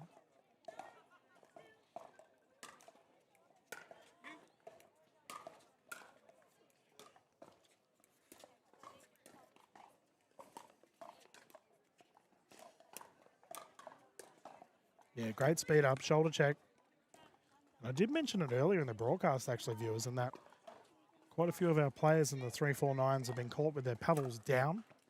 And as such, when you do get that shoulder check and the game point goes the way of Bruce and Cullum, when you do get that speed up, it does catch people off. So they take the first. And the fellas hop off for a bit of a breather. We might go to a few commercial breaks, viewers, while we wait for the players to get back on court, and then we can dive into our game 2 here of this gold medal.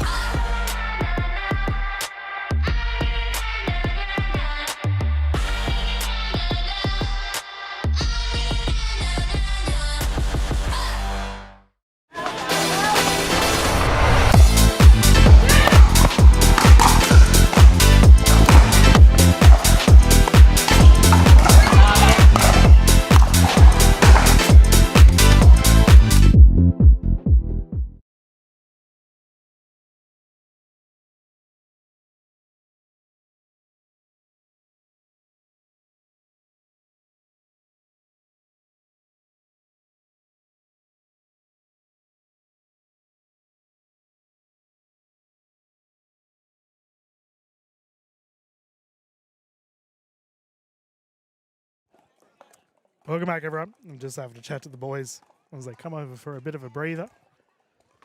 So during our advertisement break, official Antonio just took the fellas to the side and explained the serving rules,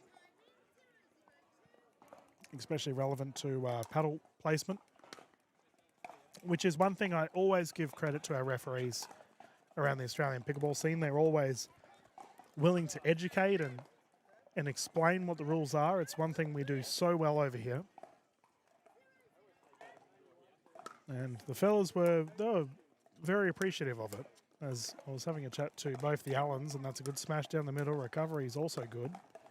But both the Allens were saying this is their first match that they've ever had a referee on, so you don't really know until someone tells you off, like it's all well and good at a social match to sort of understand the rules, but until someone actually tells you, like, no, this is the correct thing you should be doing, we just wing it, really. So good learning here for the fellas, and it's beautiful to see, even in the 60s, viewers, you can always be learning in the sport of pickleball. As Malik and Bradshaw get their first for this game 2.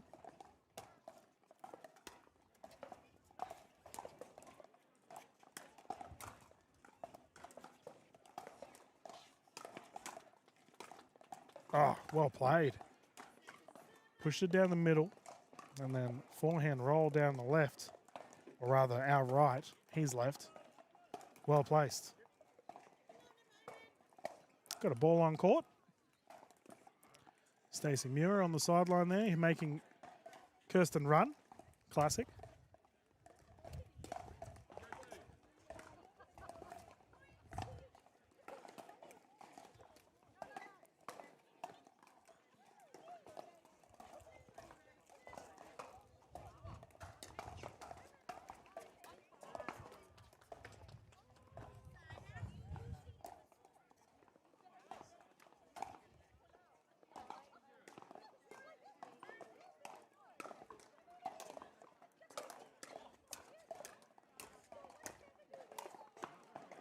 Oh, nice. Pick up.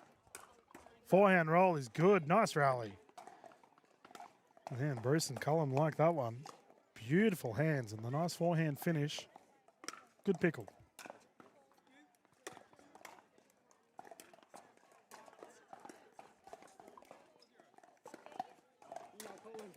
Great smash. Down at the foot. It was the booming voice of Brian Alston walking past the tent then. I don't know if that came through to the microphone viewers. Good to see Brian here at the tournament, one of our referees. He unfortunately had a bit of a tumble a couple of weeks back at a tournament. Beautiful drive. And had to sort of give up playing for a little bit, but he said he's here as a referee and he'll continue refereeing. Just goes to show how much our refs loves this sport. Nice again. And they're on a good little roll here, Bruce and Cullum, as they're aiming to take this in two.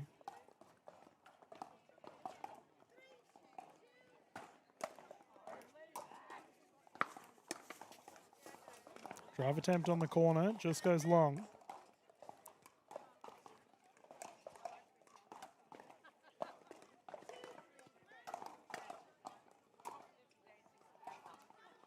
And service error into the net.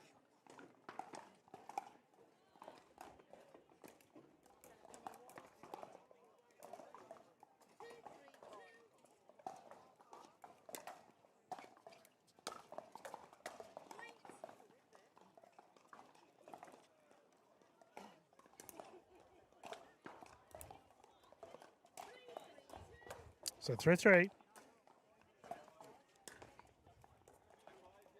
Ooh, nice return.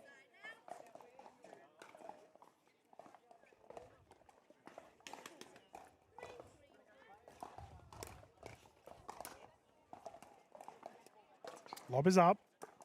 Oh, that's a very gentle smash. In the corner of the kitchen, or as I like to call it, the pantry.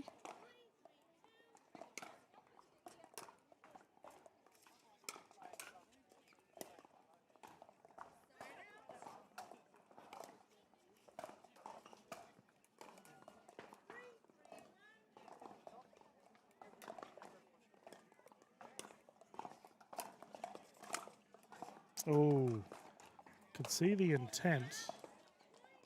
And it's called out. And this is something I was speaking to about the gentleman. Is they're still getting accustomed to calling the balls out. As I said to them, well, it's the new rules. Normally it would be, you just, yep, that was obviously out. We're good. Now you have to call it out, regardless whether it's clearly out or not.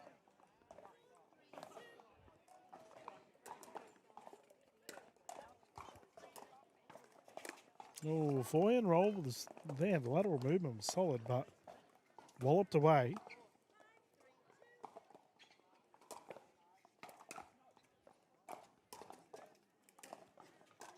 Pop up and on the wide side. So we'll come back here once again to Bruce and Cullum.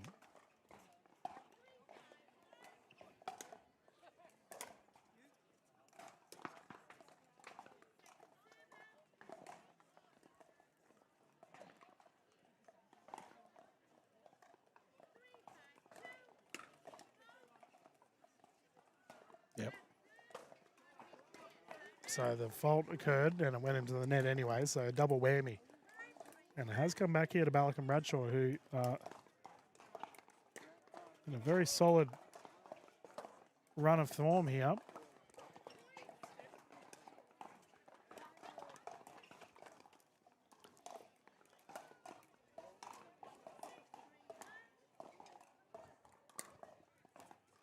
Ooh, good serve. Oh, and the lunge. Beautifully struck. The serve was good there, considering it was right deep in the corner, forced the error.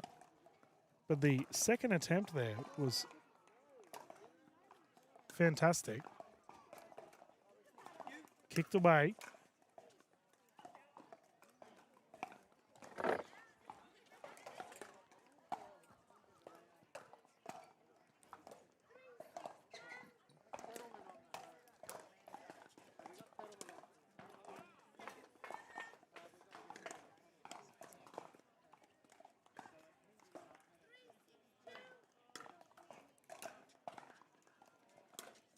Nice drive. Fifth shot drop. Bodied. That is the risky run when you charge into the middle of the court. Net roll, recovery's good. Pop-up is there. Well done.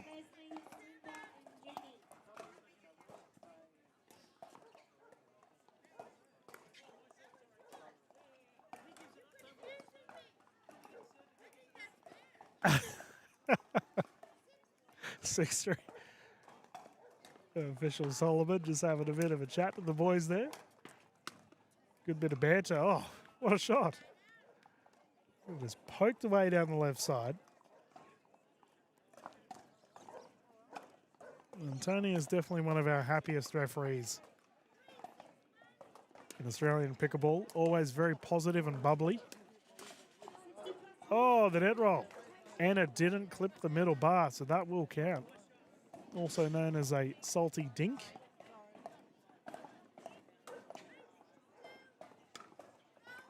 Service error. So we'll see. So official Solomon's just explaining the fault error there. So the terminology they use is that it needs to be a south to north pattern rather than an east to west or a west to east, whether you're lefty or righty. So pretty much can't be horizontal. And also it can't be above your hip. The big one normally is the horizontal action is what causes the error.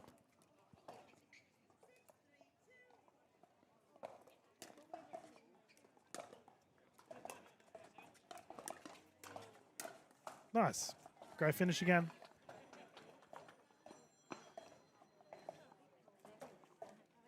All these fellas look so enthusiastic right now. It's great to see. Ooh. Yeah, that's an ace. On the inside, beautifully placed.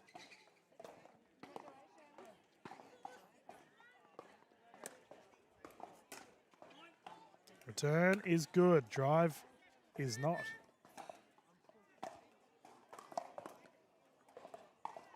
Can I have the 60-plus women's 4.0 and above for the medal presentations? I need Naomi, Eloise, Ingrid, Leslie, Linda, and Jenny. Well pushed.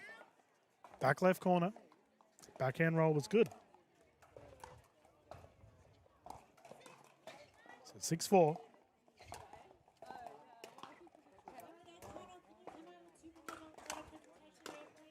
Forehand roll just on the wide side. The scoreline continues to grow here for Ballack and Bradshaw.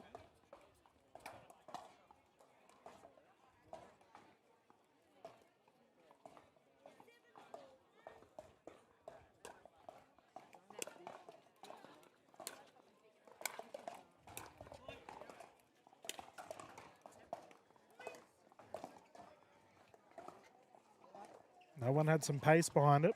Clipping the net though. So 8-4.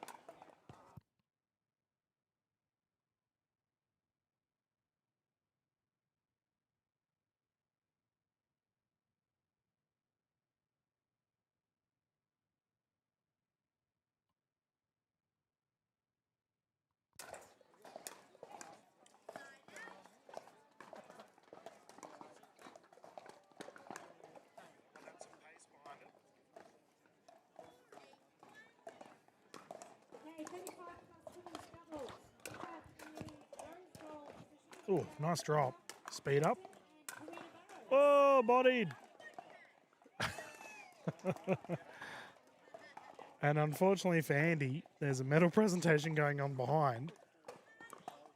And as he's been absolutely clocked in the Crown Jewels, the crowd behind him is clapping. So White gold position. I can say it's not at you, mate. Definitely didn't sound good though. Hopefully he's okay.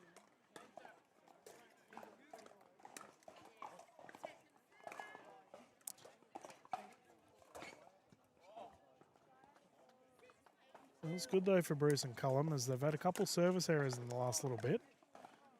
Great return down the middle. Middle is the riddle, as we say. The solid gold medal. We have Colleen McMillan and Lenny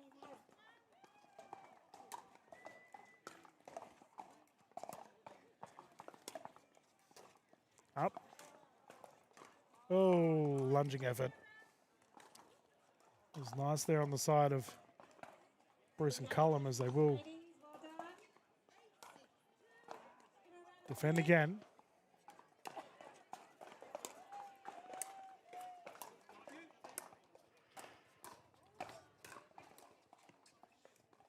Ball's good.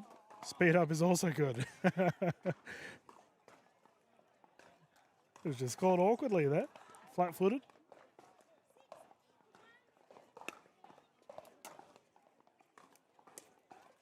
Lob is up. Oh, beautiful backhand roll. Down the middle.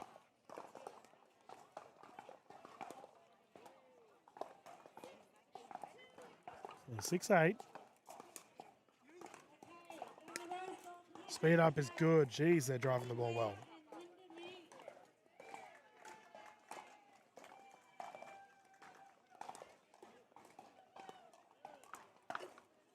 Oh. So ball has come back here to Bruce and Cullum.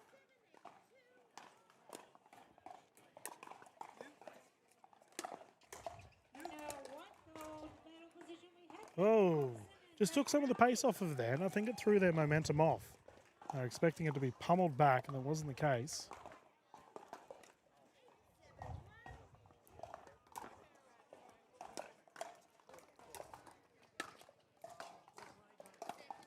It's a great strike of the ball.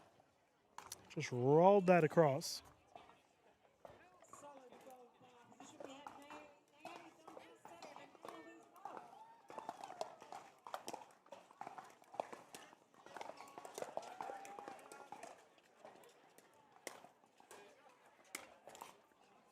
And again. And I am noticing this here about Bruce and Cullum. They are getting caught in the second, third, or no man's land, as we call it. Pop up. Yeah, nice.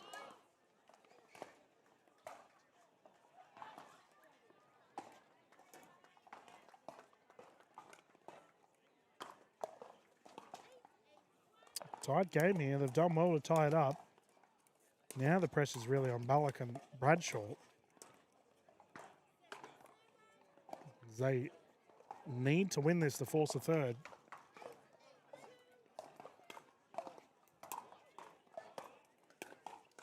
Ned roll, pop up. Nice. Lunged and put away.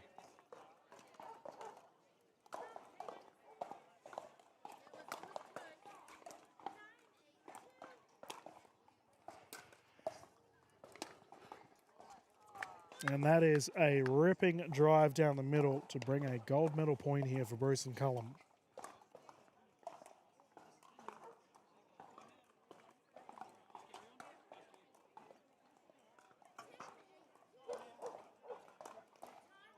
Yeah, they've got a timeout. This is good. Except, fellas, if you are going to use a timeout next time, I recommend putting the paddles on the ground so remember where your position was on the court. No, it's good. The fellas have just come over to my side of the court and they're just having a chat over a bottle of water. Meanwhile, we can see Bruce and Cullum in the middle of the court just figuring out their strategies as well.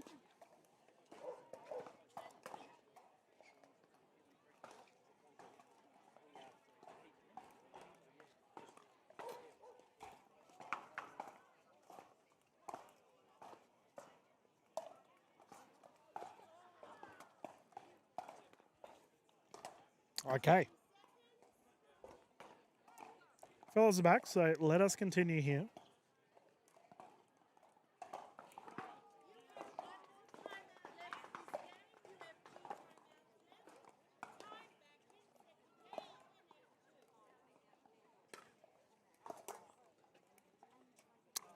That'll work.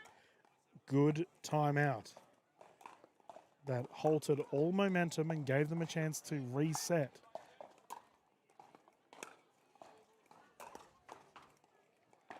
Here we go, 1 point game. The use of a timeout is so underrated, viewers.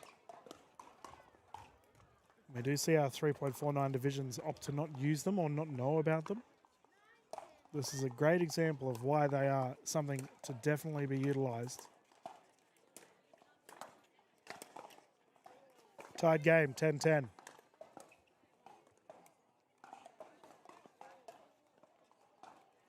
Two-point pickleball viewers will keep on going till one side has a 2-point lead.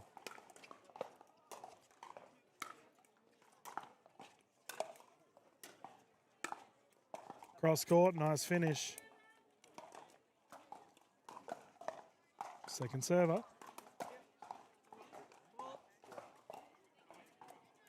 Ball on court.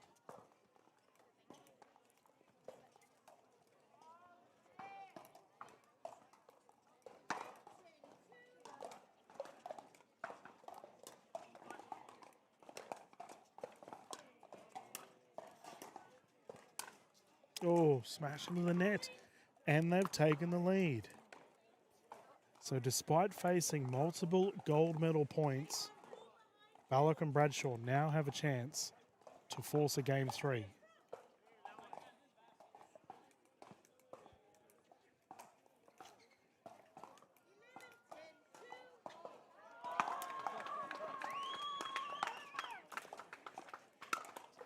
Oh, what a smash. Okay, they're not done yet.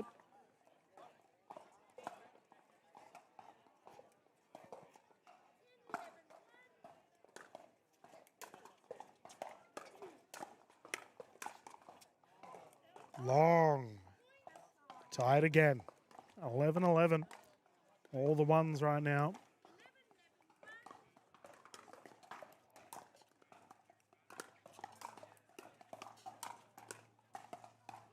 Good hands. And that floats long.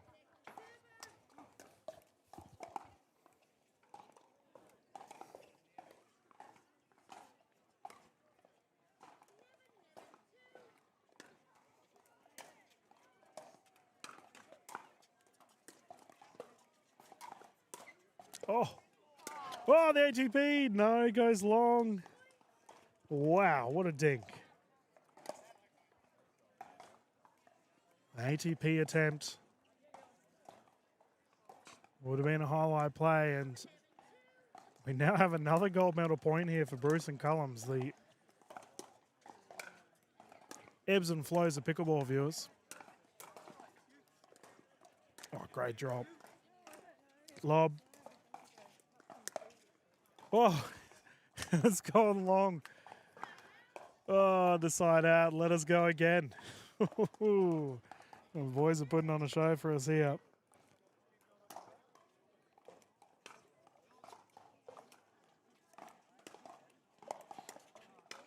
Speed up into the net. Tied game again. 12-12.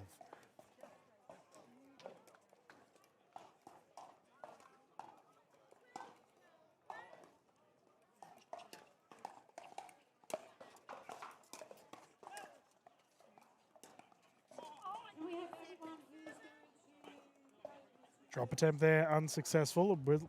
Will bring up their second service, however.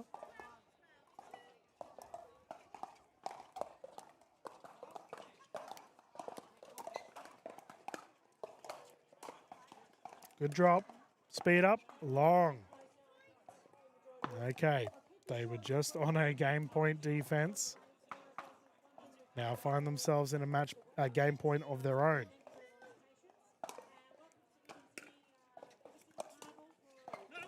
Oh, it's wide. It's the never-ending match. It's gone back to Bruce and Cullum.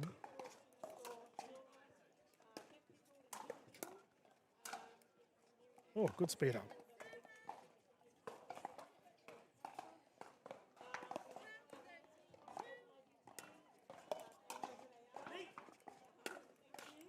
Yeah, well played. So tied again, 13 apiece.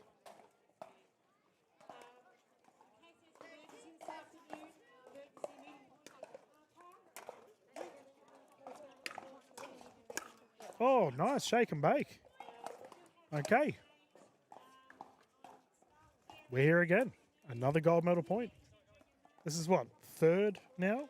Third or fourth attempt that Bruce and Cullum have had after a side out to go through to a gold medal. And they get it done. Fantastic match at a 15-13.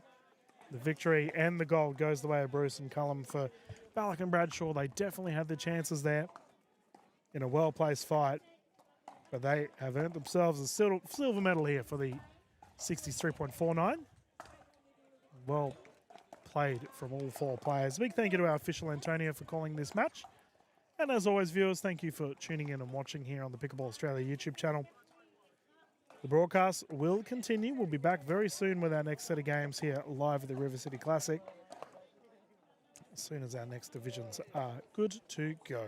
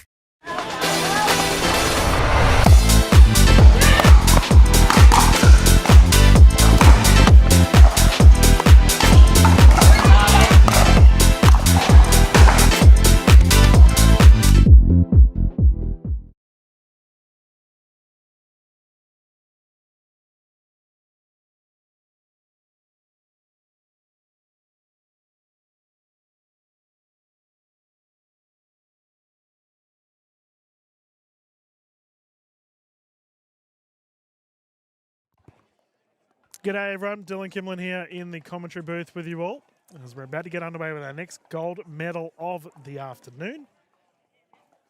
And it's fair to say we have 4 of the most experienced players in Australian pickleball on our show court. For the women's 50 plus 4.0 division, which was probably one of the most cutthroat divisions of the tournament. I went through all the pools, viewers, and had a look at everyone. Oh, we're getting a hat here in the booth. Thank you to Mr. Ben. Tar, mate. Sorry? Oh, yeah, I'll hand him over. Cheers, mate. Yeah, it's all right. I'll pass him on. Thank you, mate. Yeah, beautiful. I'll have a yarn with you. Are you're hanging around for a bit, eh? Cool. Come and have a chat. There we go, viewers. So, yeah, viewers, we got some of your things are there, by the way. Yeah. Some of the most experienced players in the Australian women's 50 scene on our court right now. And yeah, I was looking through the divisions. I was like, oh my goodness, this is crazy. Like the 50s division was, I said to the tournament team, I strongly suggest we put them on our show court for the pools. And naturally, Tony and Kath in the tournament team were like, no, Dylan, we're not listening to you. So they ignored me, but that's okay because we have the 3.49 unders for the 19 plus men's and women's divisions, and they were great. So it was a good show anyway. But a massive congratulations for all 4 of these ladies to come through to the gold, considering how tough their pool was. It was like it was unreal how good these divisions were. And here we are now at the gold. So we do have 3 games to 11, with the ladies rotating at 6. We got on the side walking towards our official, we have the combination of Terry Robson and Kate Applegate. And they'll be teaming up against the terrifying combination of Donna McNaughton and Liz Dobson. Now, I can't call this. I don't know how this is going to go. I think it's really going to come down to which Terry we get today. So I commentated on Terry last weekend in Canberra for the Canberra Grand Slam, and she was swinging big. So we'll see whether she follows through with that play style today, considering she's teaming up with probably the best defensive player in the 50-plus women's category with Kate Applegate. She is one of the reset queens of the Australian pickleball scene. Hey, Shan, how are you, mate? We've got cockatoos leaning in on my umbrella here, viewers. Everyone's sticking their head in to have a look at the igloo. But, yeah, meanwhile, McNaughton and Dobson, man, what a strong team this is. Let's get started. Good pickleball on your way, viewers. 0-0.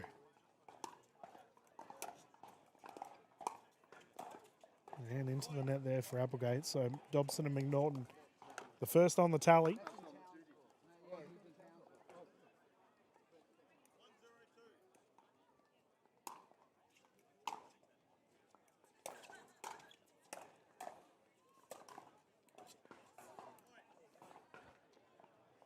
And we can see Applegate coming off the kitchen line. That's twice now. She's been forced just a little bit back just from the pace of McNaughton and Dobson. So whether this is a trend that continues, viewers, we'll have a look. Lob is perfect. Exceptional strike of the ball, and there's not much that Robson and Applegate could have done there. Each team does get 2 timeouts and 1 medical for the entirety of the match.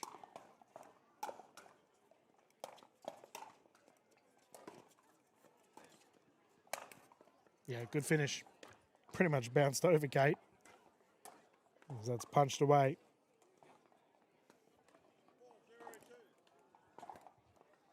As always, viewers, if you haven't yet, please subscribe to the Pickleball Australia YouTube channel.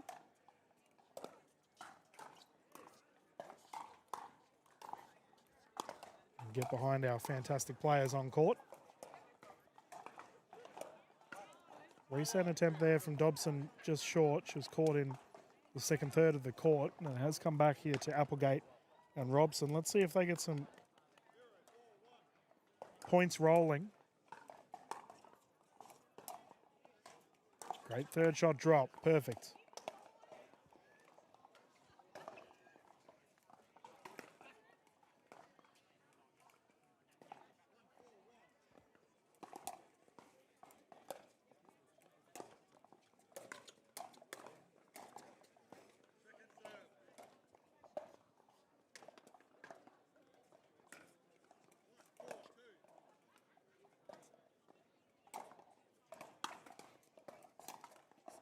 Nice drop. Ooh, clash of paddles. And we can see when Dobson strikes the ball, she has a terrific rip on it. Gets a lot of top spin on it.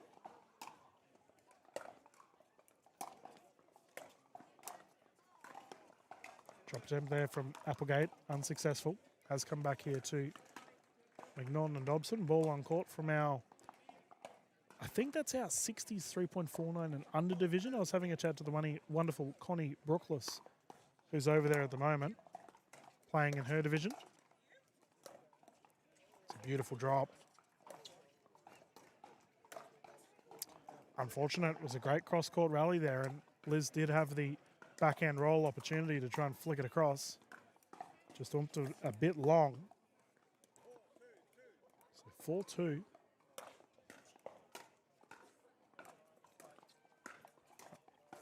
Oh, there we go. Terry down the middle.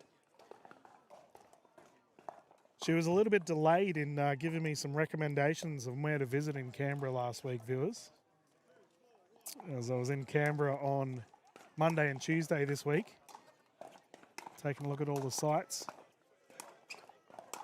Oh, there we go. And that's what I mean. If Terry, when she swings big, she's either on or not. That's what you get from Robson. And when she's on, she's very difficult to verse. But that one there, she was a bit too far stretched out and has pinged it long. But we did see her take over a match in the Canberra Grand Slam where it took her a little bit to get going. But once she did, oh my goodness.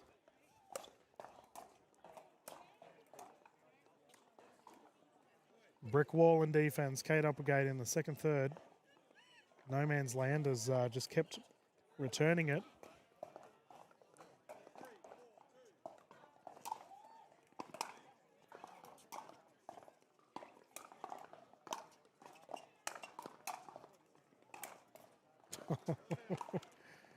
There you go. If you want a clinic on how to smash the ball with accuracy, Dobson.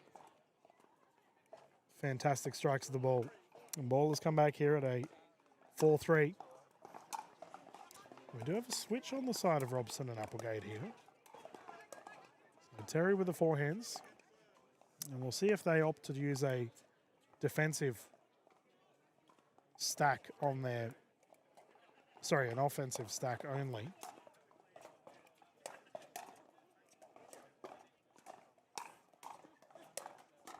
Nice hands. Terrific resets there. Two fast ones towards the shoulders of Kate Applegate, and she's managed to get it back. And yet can confirm. On the offensive side, they are stacking, so Terry will take the forehand down the middle. She's lobbed it up and caught there on the switch, and that is the problem you run into with stacking, as it does open up opportunities for players to place it in awkward spots.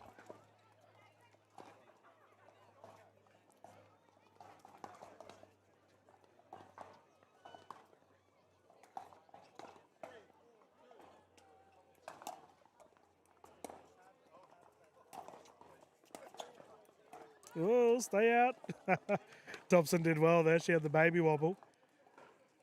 Managed to keep herself out of the kitchen, and as such, they earn the side out.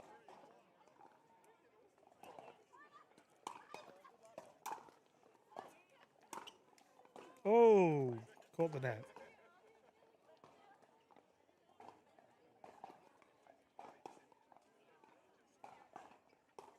We have all the 35 men's doubles, 4.0 and above for gold medal and silver. The coupled six-month and presentation wins. Oh, good rally. Jared Oh, are you joking, Kate Applegate? She gets a net roll and returns with one of her own, a salty dink. Filthy. Come back here to Robson to serve. Forehand roll, exceptional.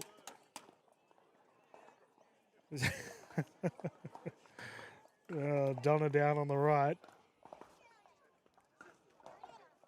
You can see Terry and Kate discussing some strategies here. Forehand roll into the... Oh, beautifully placed. Geez, these two are good with their forehands. Dobson and McNaughton, they just roll the ball so well.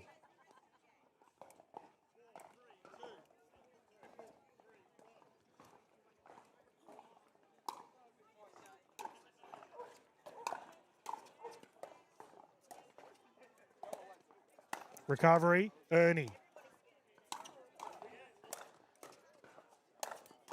Oh my goodness.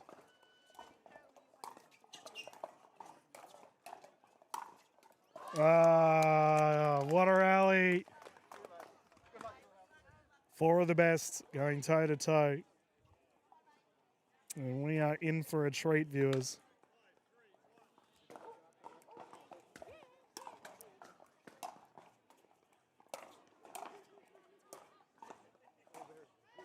Ooh. Called long. Challenge is there. Yeah, confirmed long. It was close. I thought Kate might have put enough topspin on it, but no, confirmed out.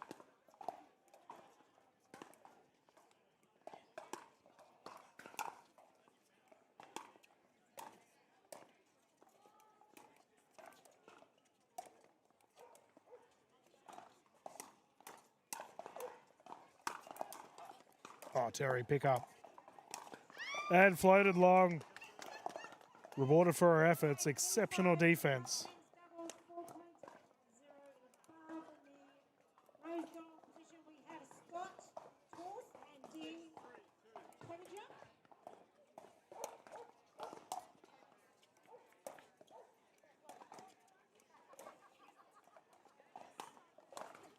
Good pick. In the white, I like that. It's a good lob. in the white gold position, we have Jared Tucker and Sam Bliss.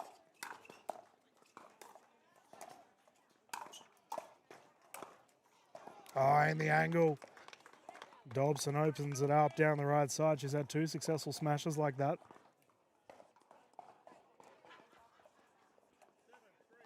Just And in the side gold bar position, we have perfect offense here from these two thus far. Well played. Really well played. Recognising the momentum of Dobson was going back toward the baseline. Robson just opts to drop it in. Smart play. congratulations, man.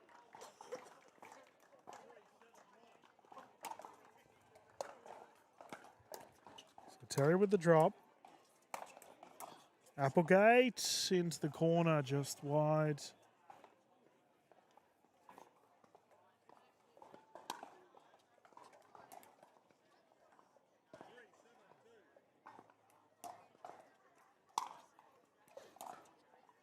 Oh, wonderful drop. Take two. It does seem so far, viewers, that Applegate and Robson are struggling to get past the no man's land portion of the court. They get in that second third and they can't push up either more. We have the 19 plus And it does make sense considering 49 Dobson and McNaughton are absolutely ripping the ball. Lillian, Kylie, Allison, Rani, and India.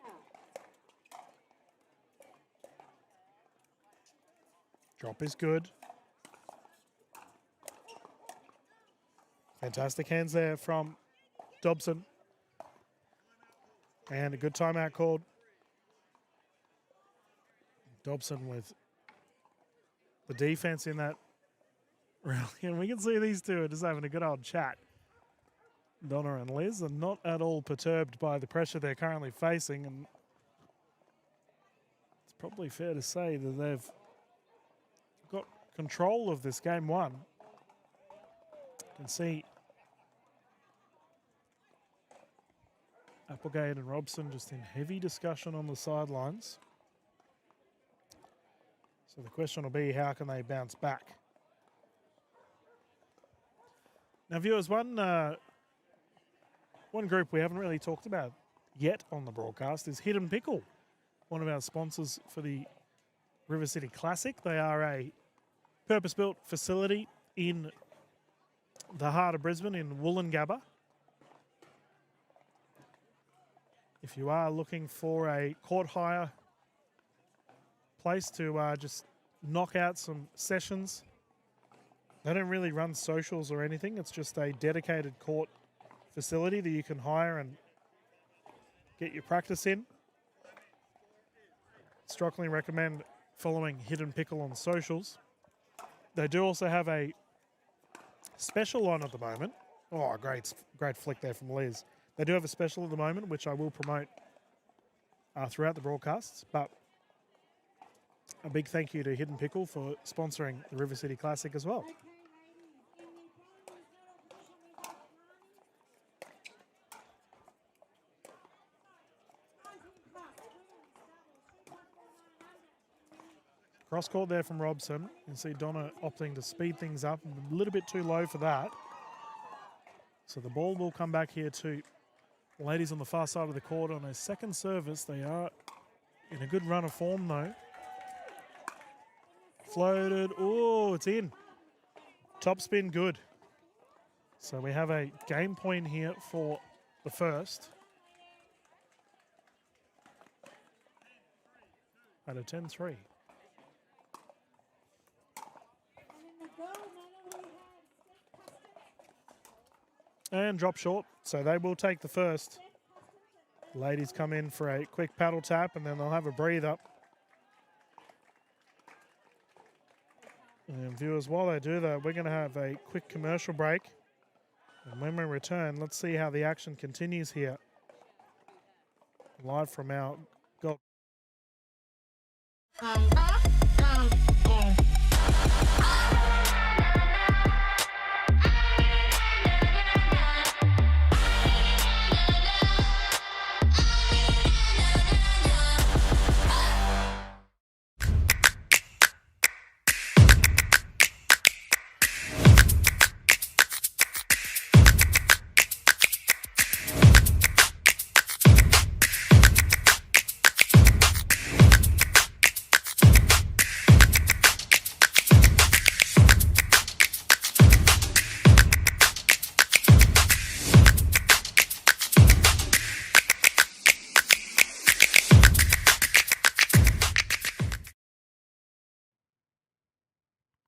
Welcome back, everyone.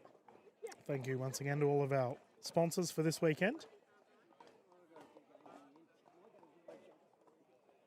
The ladies are having an extended break here on the sidelines, and we will dive into the next set of games not too far away. So you can see them returning to court, and it's a must-win here for Applegate and Robson to force a third.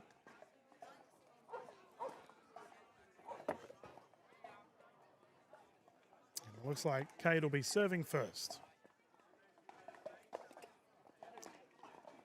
So game 2 underway, 0-0, Applegate to bring it in.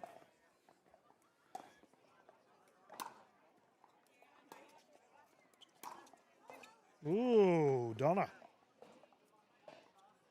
Step to the right, bang through the middle. Nice strike of the ball.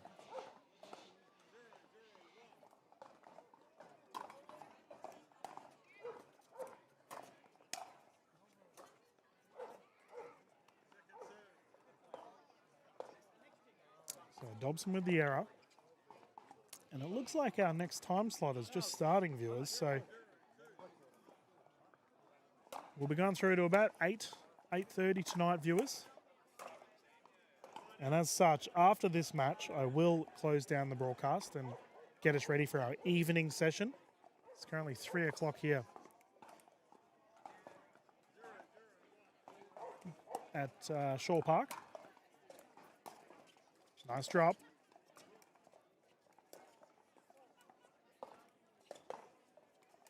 Lob is good. That's a perfect lob. Tweener. And short. Liz Dobson, what was that? See, personally, if I tried a tweener, I would do multiple injuries. Talking about cockatoos, viewers, we have head referee Mark Delaney sticking his neck in, having a look at the wares. Good reset and good transition. So this is what I was talking about. Terry's opted for the lob again and perfect pinged in. These two are having so much fun.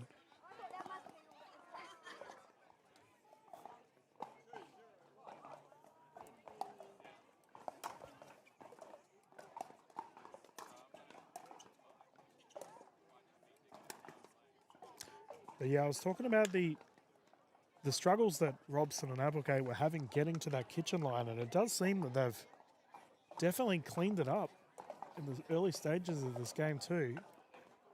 So Terry will bring it in.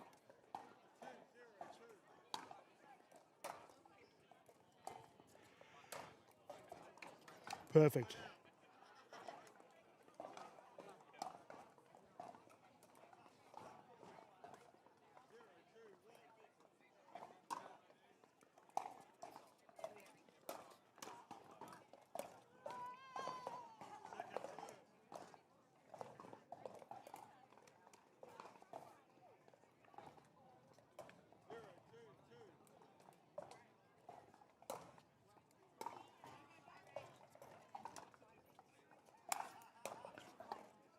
Good finish there from Applegate and a very quick side out.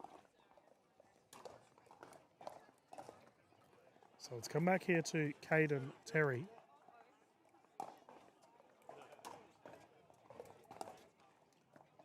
Drop just short.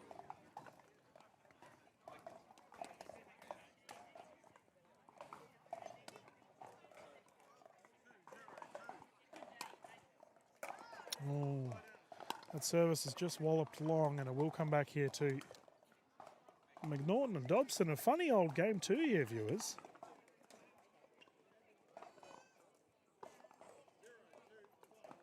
So 0-2.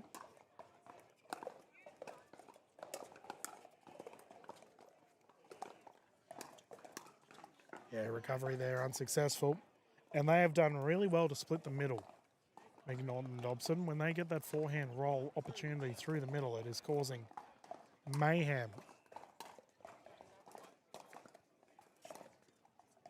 Perfect. Third shot drop there from Liz Dobson.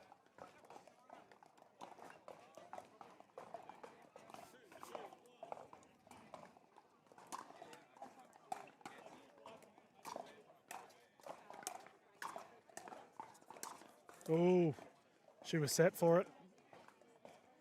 The forehand just short.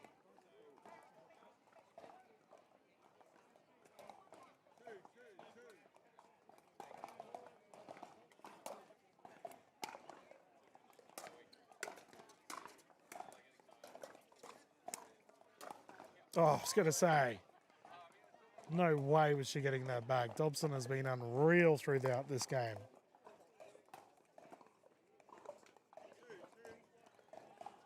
So 2-2. Flying across, ball's live. Switch on the side of Applegate.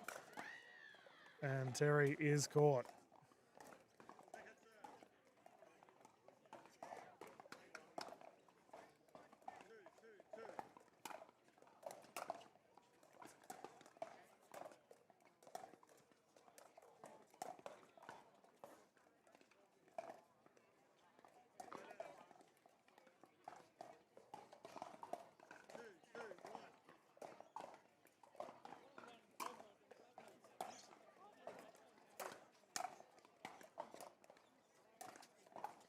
Oh, good. Great strike of the ball there for Kate. Just pushed it down on the right side.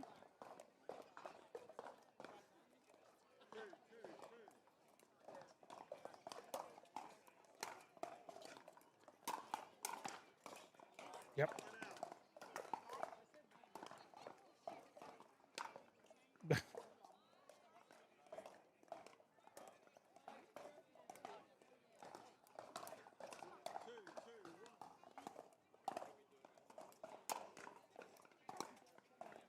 Virtual drop's good. And they caught at the baseline again here, Applegate and Robson. Lob is successful, however, and now's their chance. The big finish and stay out of the kitchen, well played. But they've really got to... They almost have to force the issue to try and get to the kitchen line here for Applegate and Robson. Just goes to show how superb McNaughton and Dobson are playing.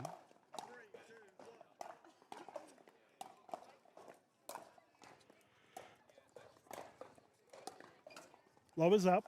Oh no. And there may have been a lapse of communication for these two. I think they just both assumed, yeah, you've got it.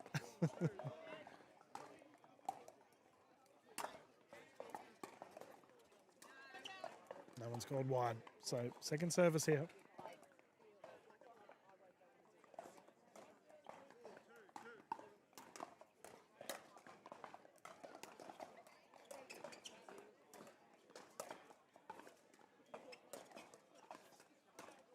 Ooh, forehand roll from Robson. Snappy.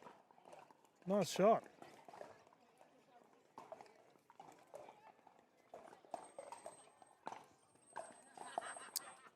Scoreline here is 5-2 for game 2. There's Tony Sarton sticking a noggin into the booth to find out what game we're up to. Our tournament director, a big thank you to all of our tournament team. Nice speed up there from Applegate. Yeah, smart timeout.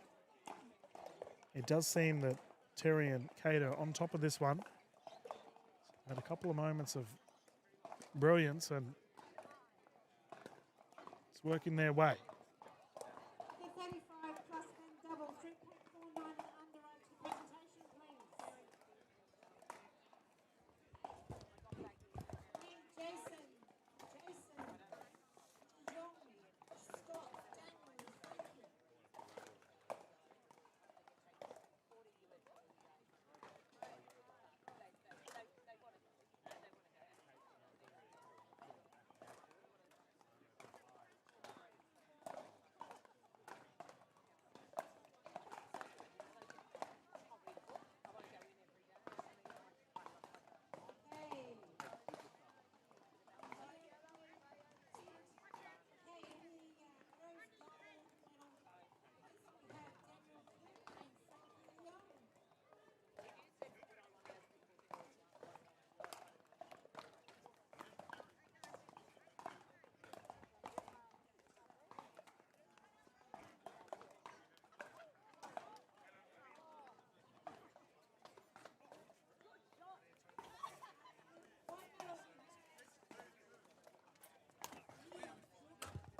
Show you after this.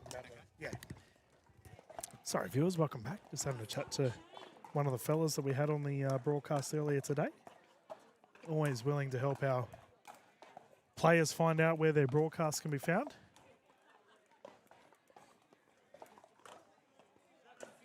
So 7-2. This is a great effort here for Applegate and Robson. Forehand roll.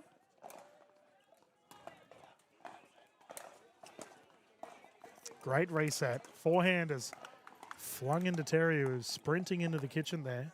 And we actually saw this in Canberra last week, viewers. And it is the beauty of being able to travel around the country and commentate on everyone. We see different play styles at work. And in Canberra last weekend, in which Terry plays at, the lob was used a lot. So we'll notice that there hasn't really been much lob use. There's an ATP here from Dobson. He's good. Fantastic running there from Liz. But the lob hasn't really been utilised by the other three players, but Terry is definitely chucking it up, and I think it's because of the ACT play style.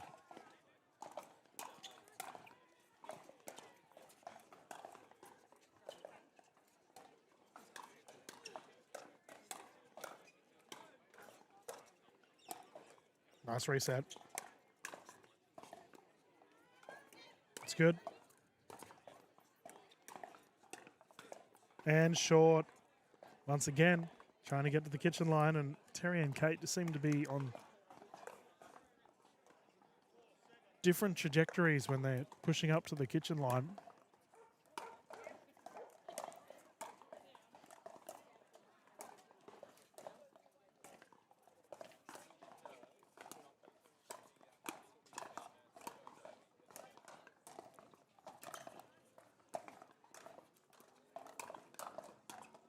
Yeah, great. Well done, Kate Applegate. One of the best in defense. Case in point. Simple block into a terrific forehand roll.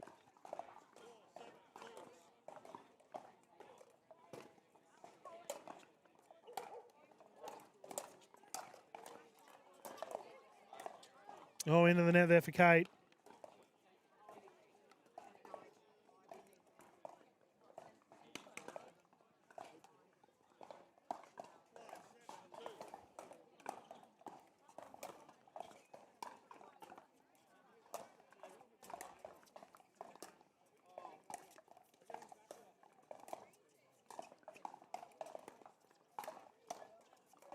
Oh, Liz.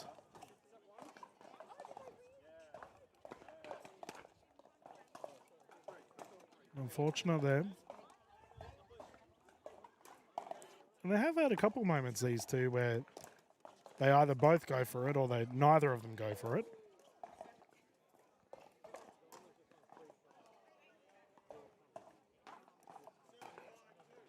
So 7-5 into the net.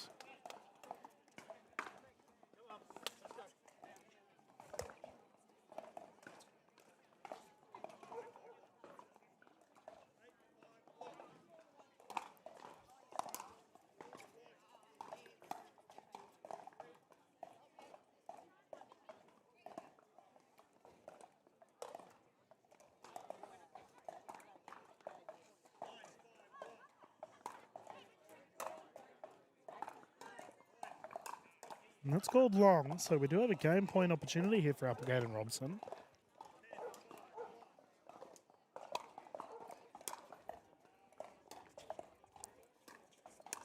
Oh, she's gone for the poach again.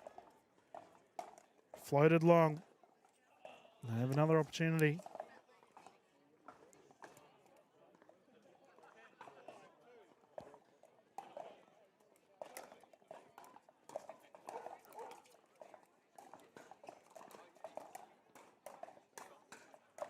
Okay, they survived.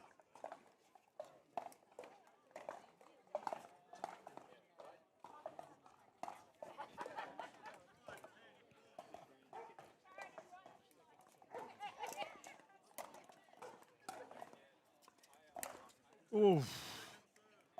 Really wound up on that one.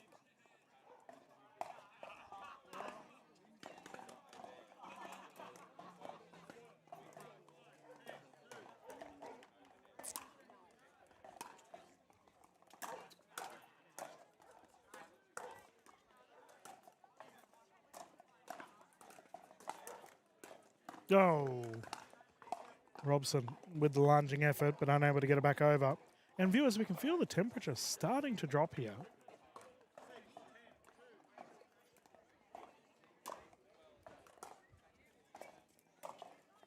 Ball is up. Take two.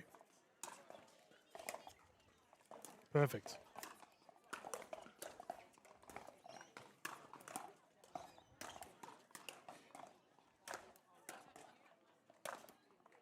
Oh, scrambling defense.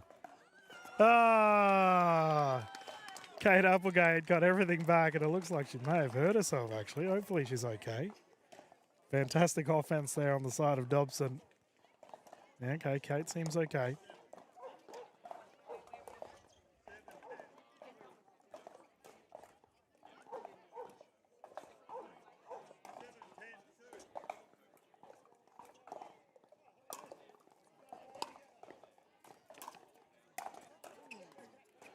Good coverage, lateral movement there from Applegate. Elite.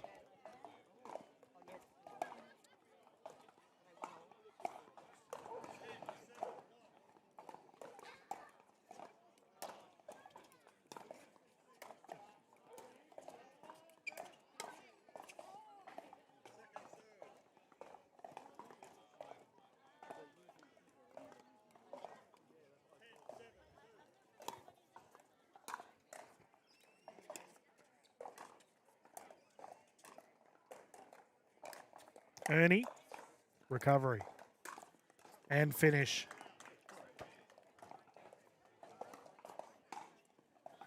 So they had a game point there. And unable to get it done. So this is massive for Dobson and McNaughton.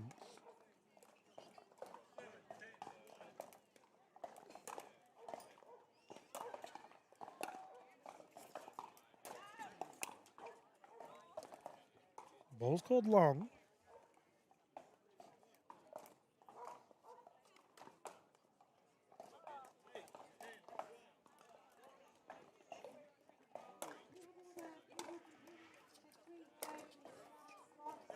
Yeah, the drive there from Dobson. You can see her telling herself to bend her knees.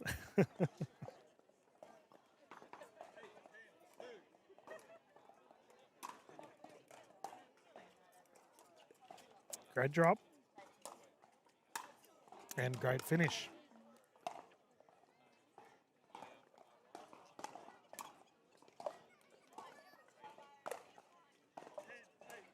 So once again, comes back here to Applegate and Robson. Can they force a game 3? Yes, they can. All right, they've fought back hard, and I expected this to be a thriller. Exactly what we've got here, viewers. We're going to a third as the ladies hop off. And have a bit of a reset. We can do the same. Being a game 3, we will swap at 6. And we'll take a quick look here at our message from our sponsors before we dive into the third.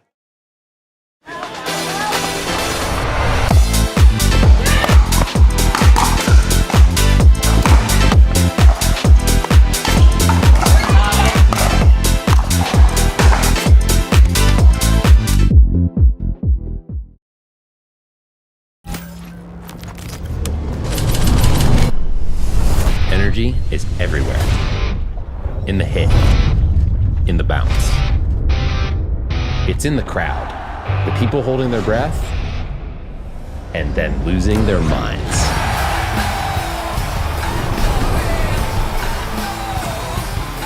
And once energy is unlocked, that's game over.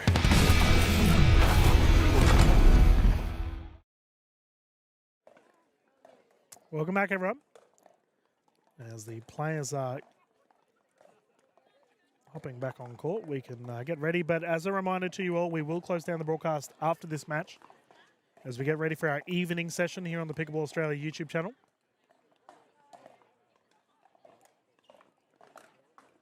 Shouldn't be too long before we dive back into the action here for day 2. As their afternoon into the evening session has already started. We'll be able to dive into the matches. As Kate's forgot her sunnies.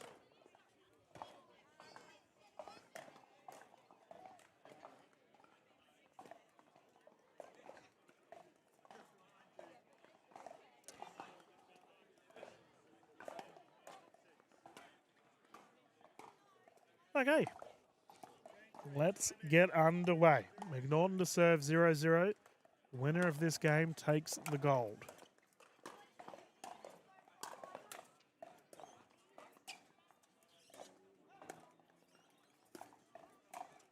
Great control, Kate Applegate. Just open up the middle, pushed it through. Well played. And they force an early side out, which is big for these two.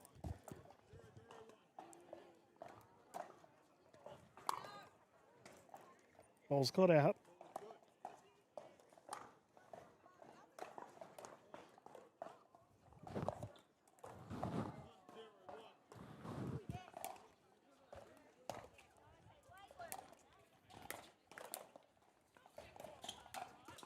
Oh, there's a poach.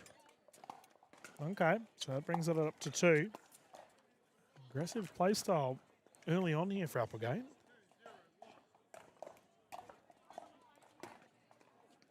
Three, and do we see a timeout? No. So we can hear the next time slot about to start. The 3:30 is about to get underway. So as such, we will get ready for our broadcast for that particular group. As that there on the wide side. Well done from Dobson. Stayed out of the kitchen too.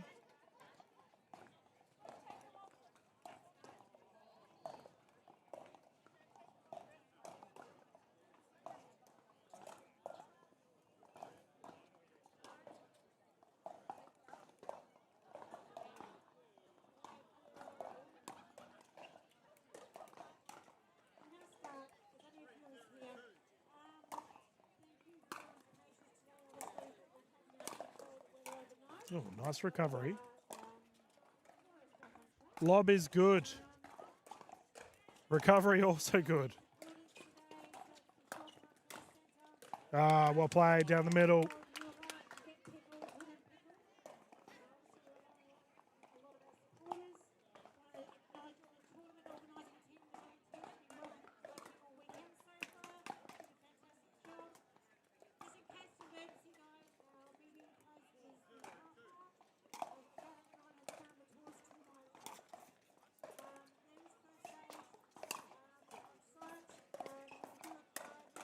Oh, so close.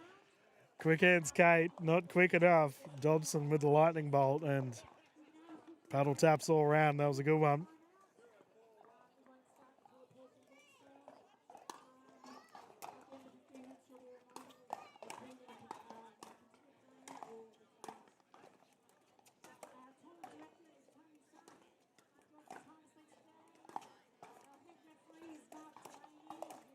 All ball going to Applegate here. Robson getting involved. Ball goes long. You can see a very intentional play style on the side of Dobson and McNaughton here.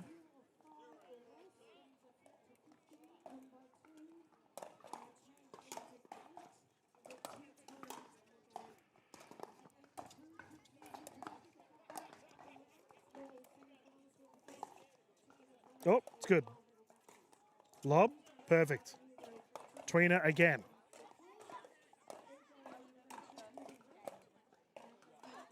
Ah, there we go. The point from the tweener. Crowd love it. Outrageous from Liz Dobson, just pulling out these highlight plays on a regular. Good crowd for this one, by the way, viewers, under our big veranda here at Shaw Park. Just behind our camera, a bunch of people cheering on, and Applegate with a beautiful strike down the right.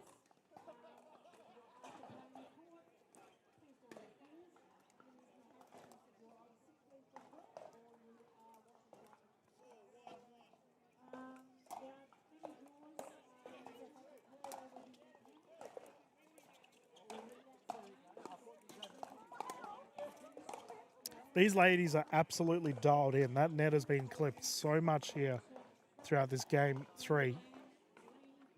And we got a timeout as a result. Ladies opting to reset, rehydrate.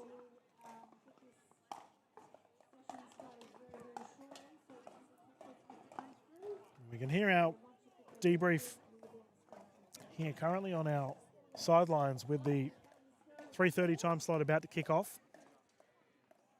To reiterate, if you are just tuning in, we will restart the broadcast after this match as we get ready for our afternoon into the evening matches. 3:30 here in Shaw Park. This match will be pushing close to an hour long. Good battle.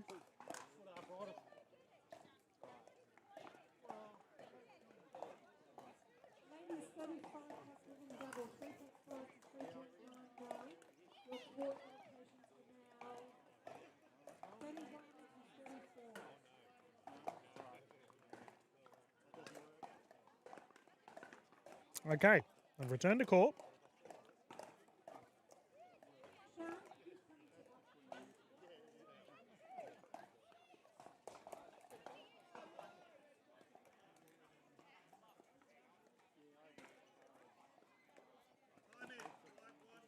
Okay, 5-1, Applegate to serve. Great drop.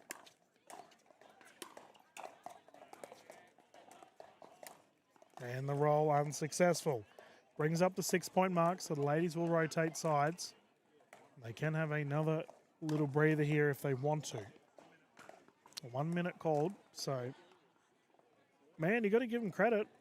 Robson and Applegate have really clawed back here, considering McNaughton and Dobson were just on a hurler earlier. Geez, they were playing well.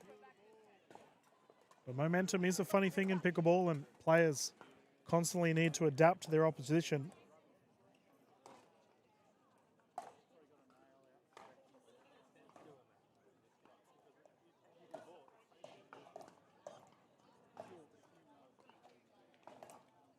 Been a good day today, viewers. Yes, we had the wet weather earlier, but besides that, it's been picture perfect. Sun's been out, nice cool weather, not much of a breeze, so it's been, if anything, perfect conditions for pickleball. Okay, the players have returned. Let us continue. 6-1, Applegate to serve.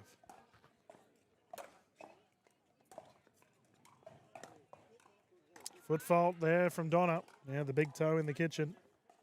Got Kate with her signature double-handed forehand serve.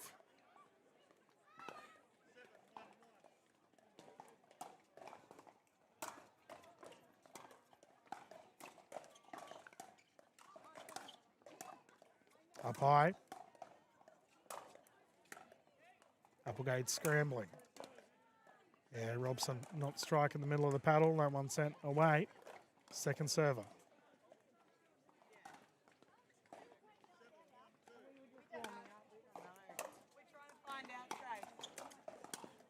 In the corner and good. Higher ball there.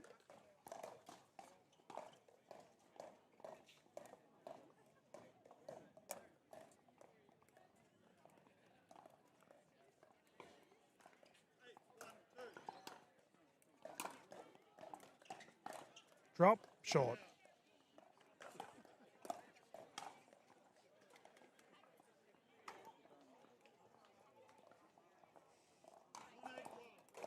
And Dobson, McNaughton really need to get some runs on the board. Scoreline starting to grow beyond reach. There we go, that's a good start. Good backhand flick ×2, causing mayhem. And the error is made.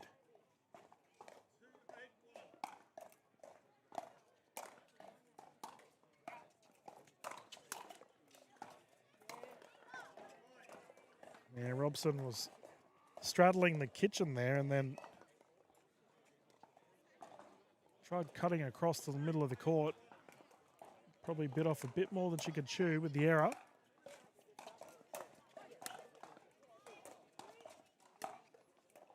Pick is good.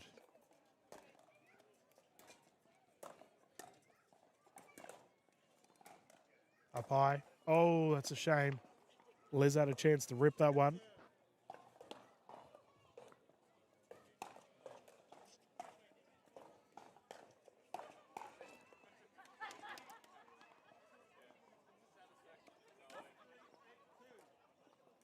So it's now here for...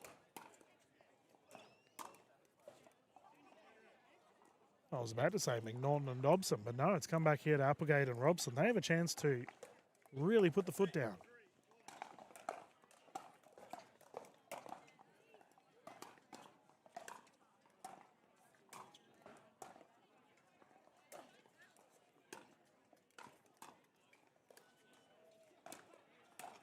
That there was all set up from that terrific drive from Terry Robson, nice and flat and low. Allowed for an easy transition, and Kate Applegate eventually got the clean punch through the middle. Good team pickle. We've got a timeout here on the side of McNaughton and Dobson. And they are just dealing with a surge of offense here from Applegate and Robson. And in that they're not doing anything too crazy. They're probably just more consistent at this point in time. Limited errors. But as I mentioned earlier, the offensive capabilities of the ladies closest to camera have really, earlier, they were really keeping Terry and Kate away from the kitchen line. Doesn't seem to be so prevalent now in the game 3. So Terry and Kate have obviously had a lengthy discussion about what needs to be done here in the third, and they've really capitalized on the plan. The question is whether Dobson and McNaughton can change things, turn this match around as they find themselves in a 9-3 deficit. We will continue play. Applegate will bring it in.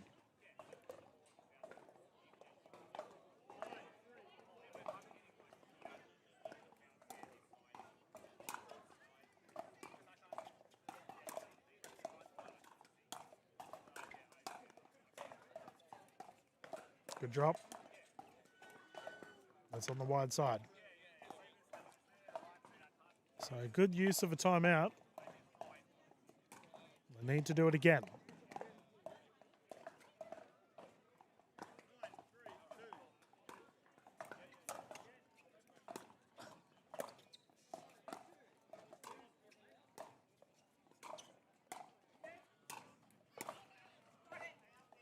Oh, it's in the corner and it's good. McNaughton's has just gone wide.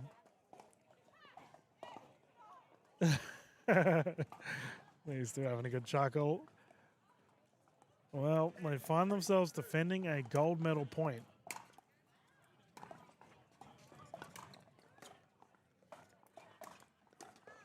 Clipping the net, going through. So ball is returned here to McNaughton and Dobson. Can they get some momentum going?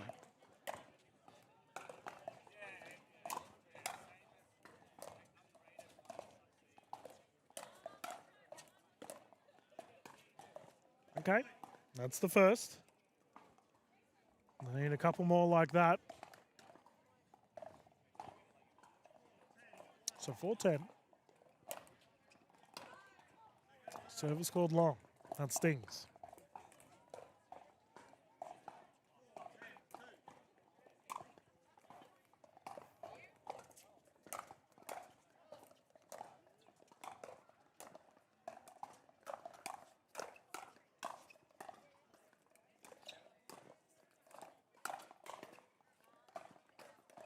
Oh, good hands there from Applegate and Robson. And Liz, I don't know what happened there. She normally is so proficient at it. Striking of the ball mid-rally. Either way, gold medal point again. On the wide, Robson with the run and unable to get it back over.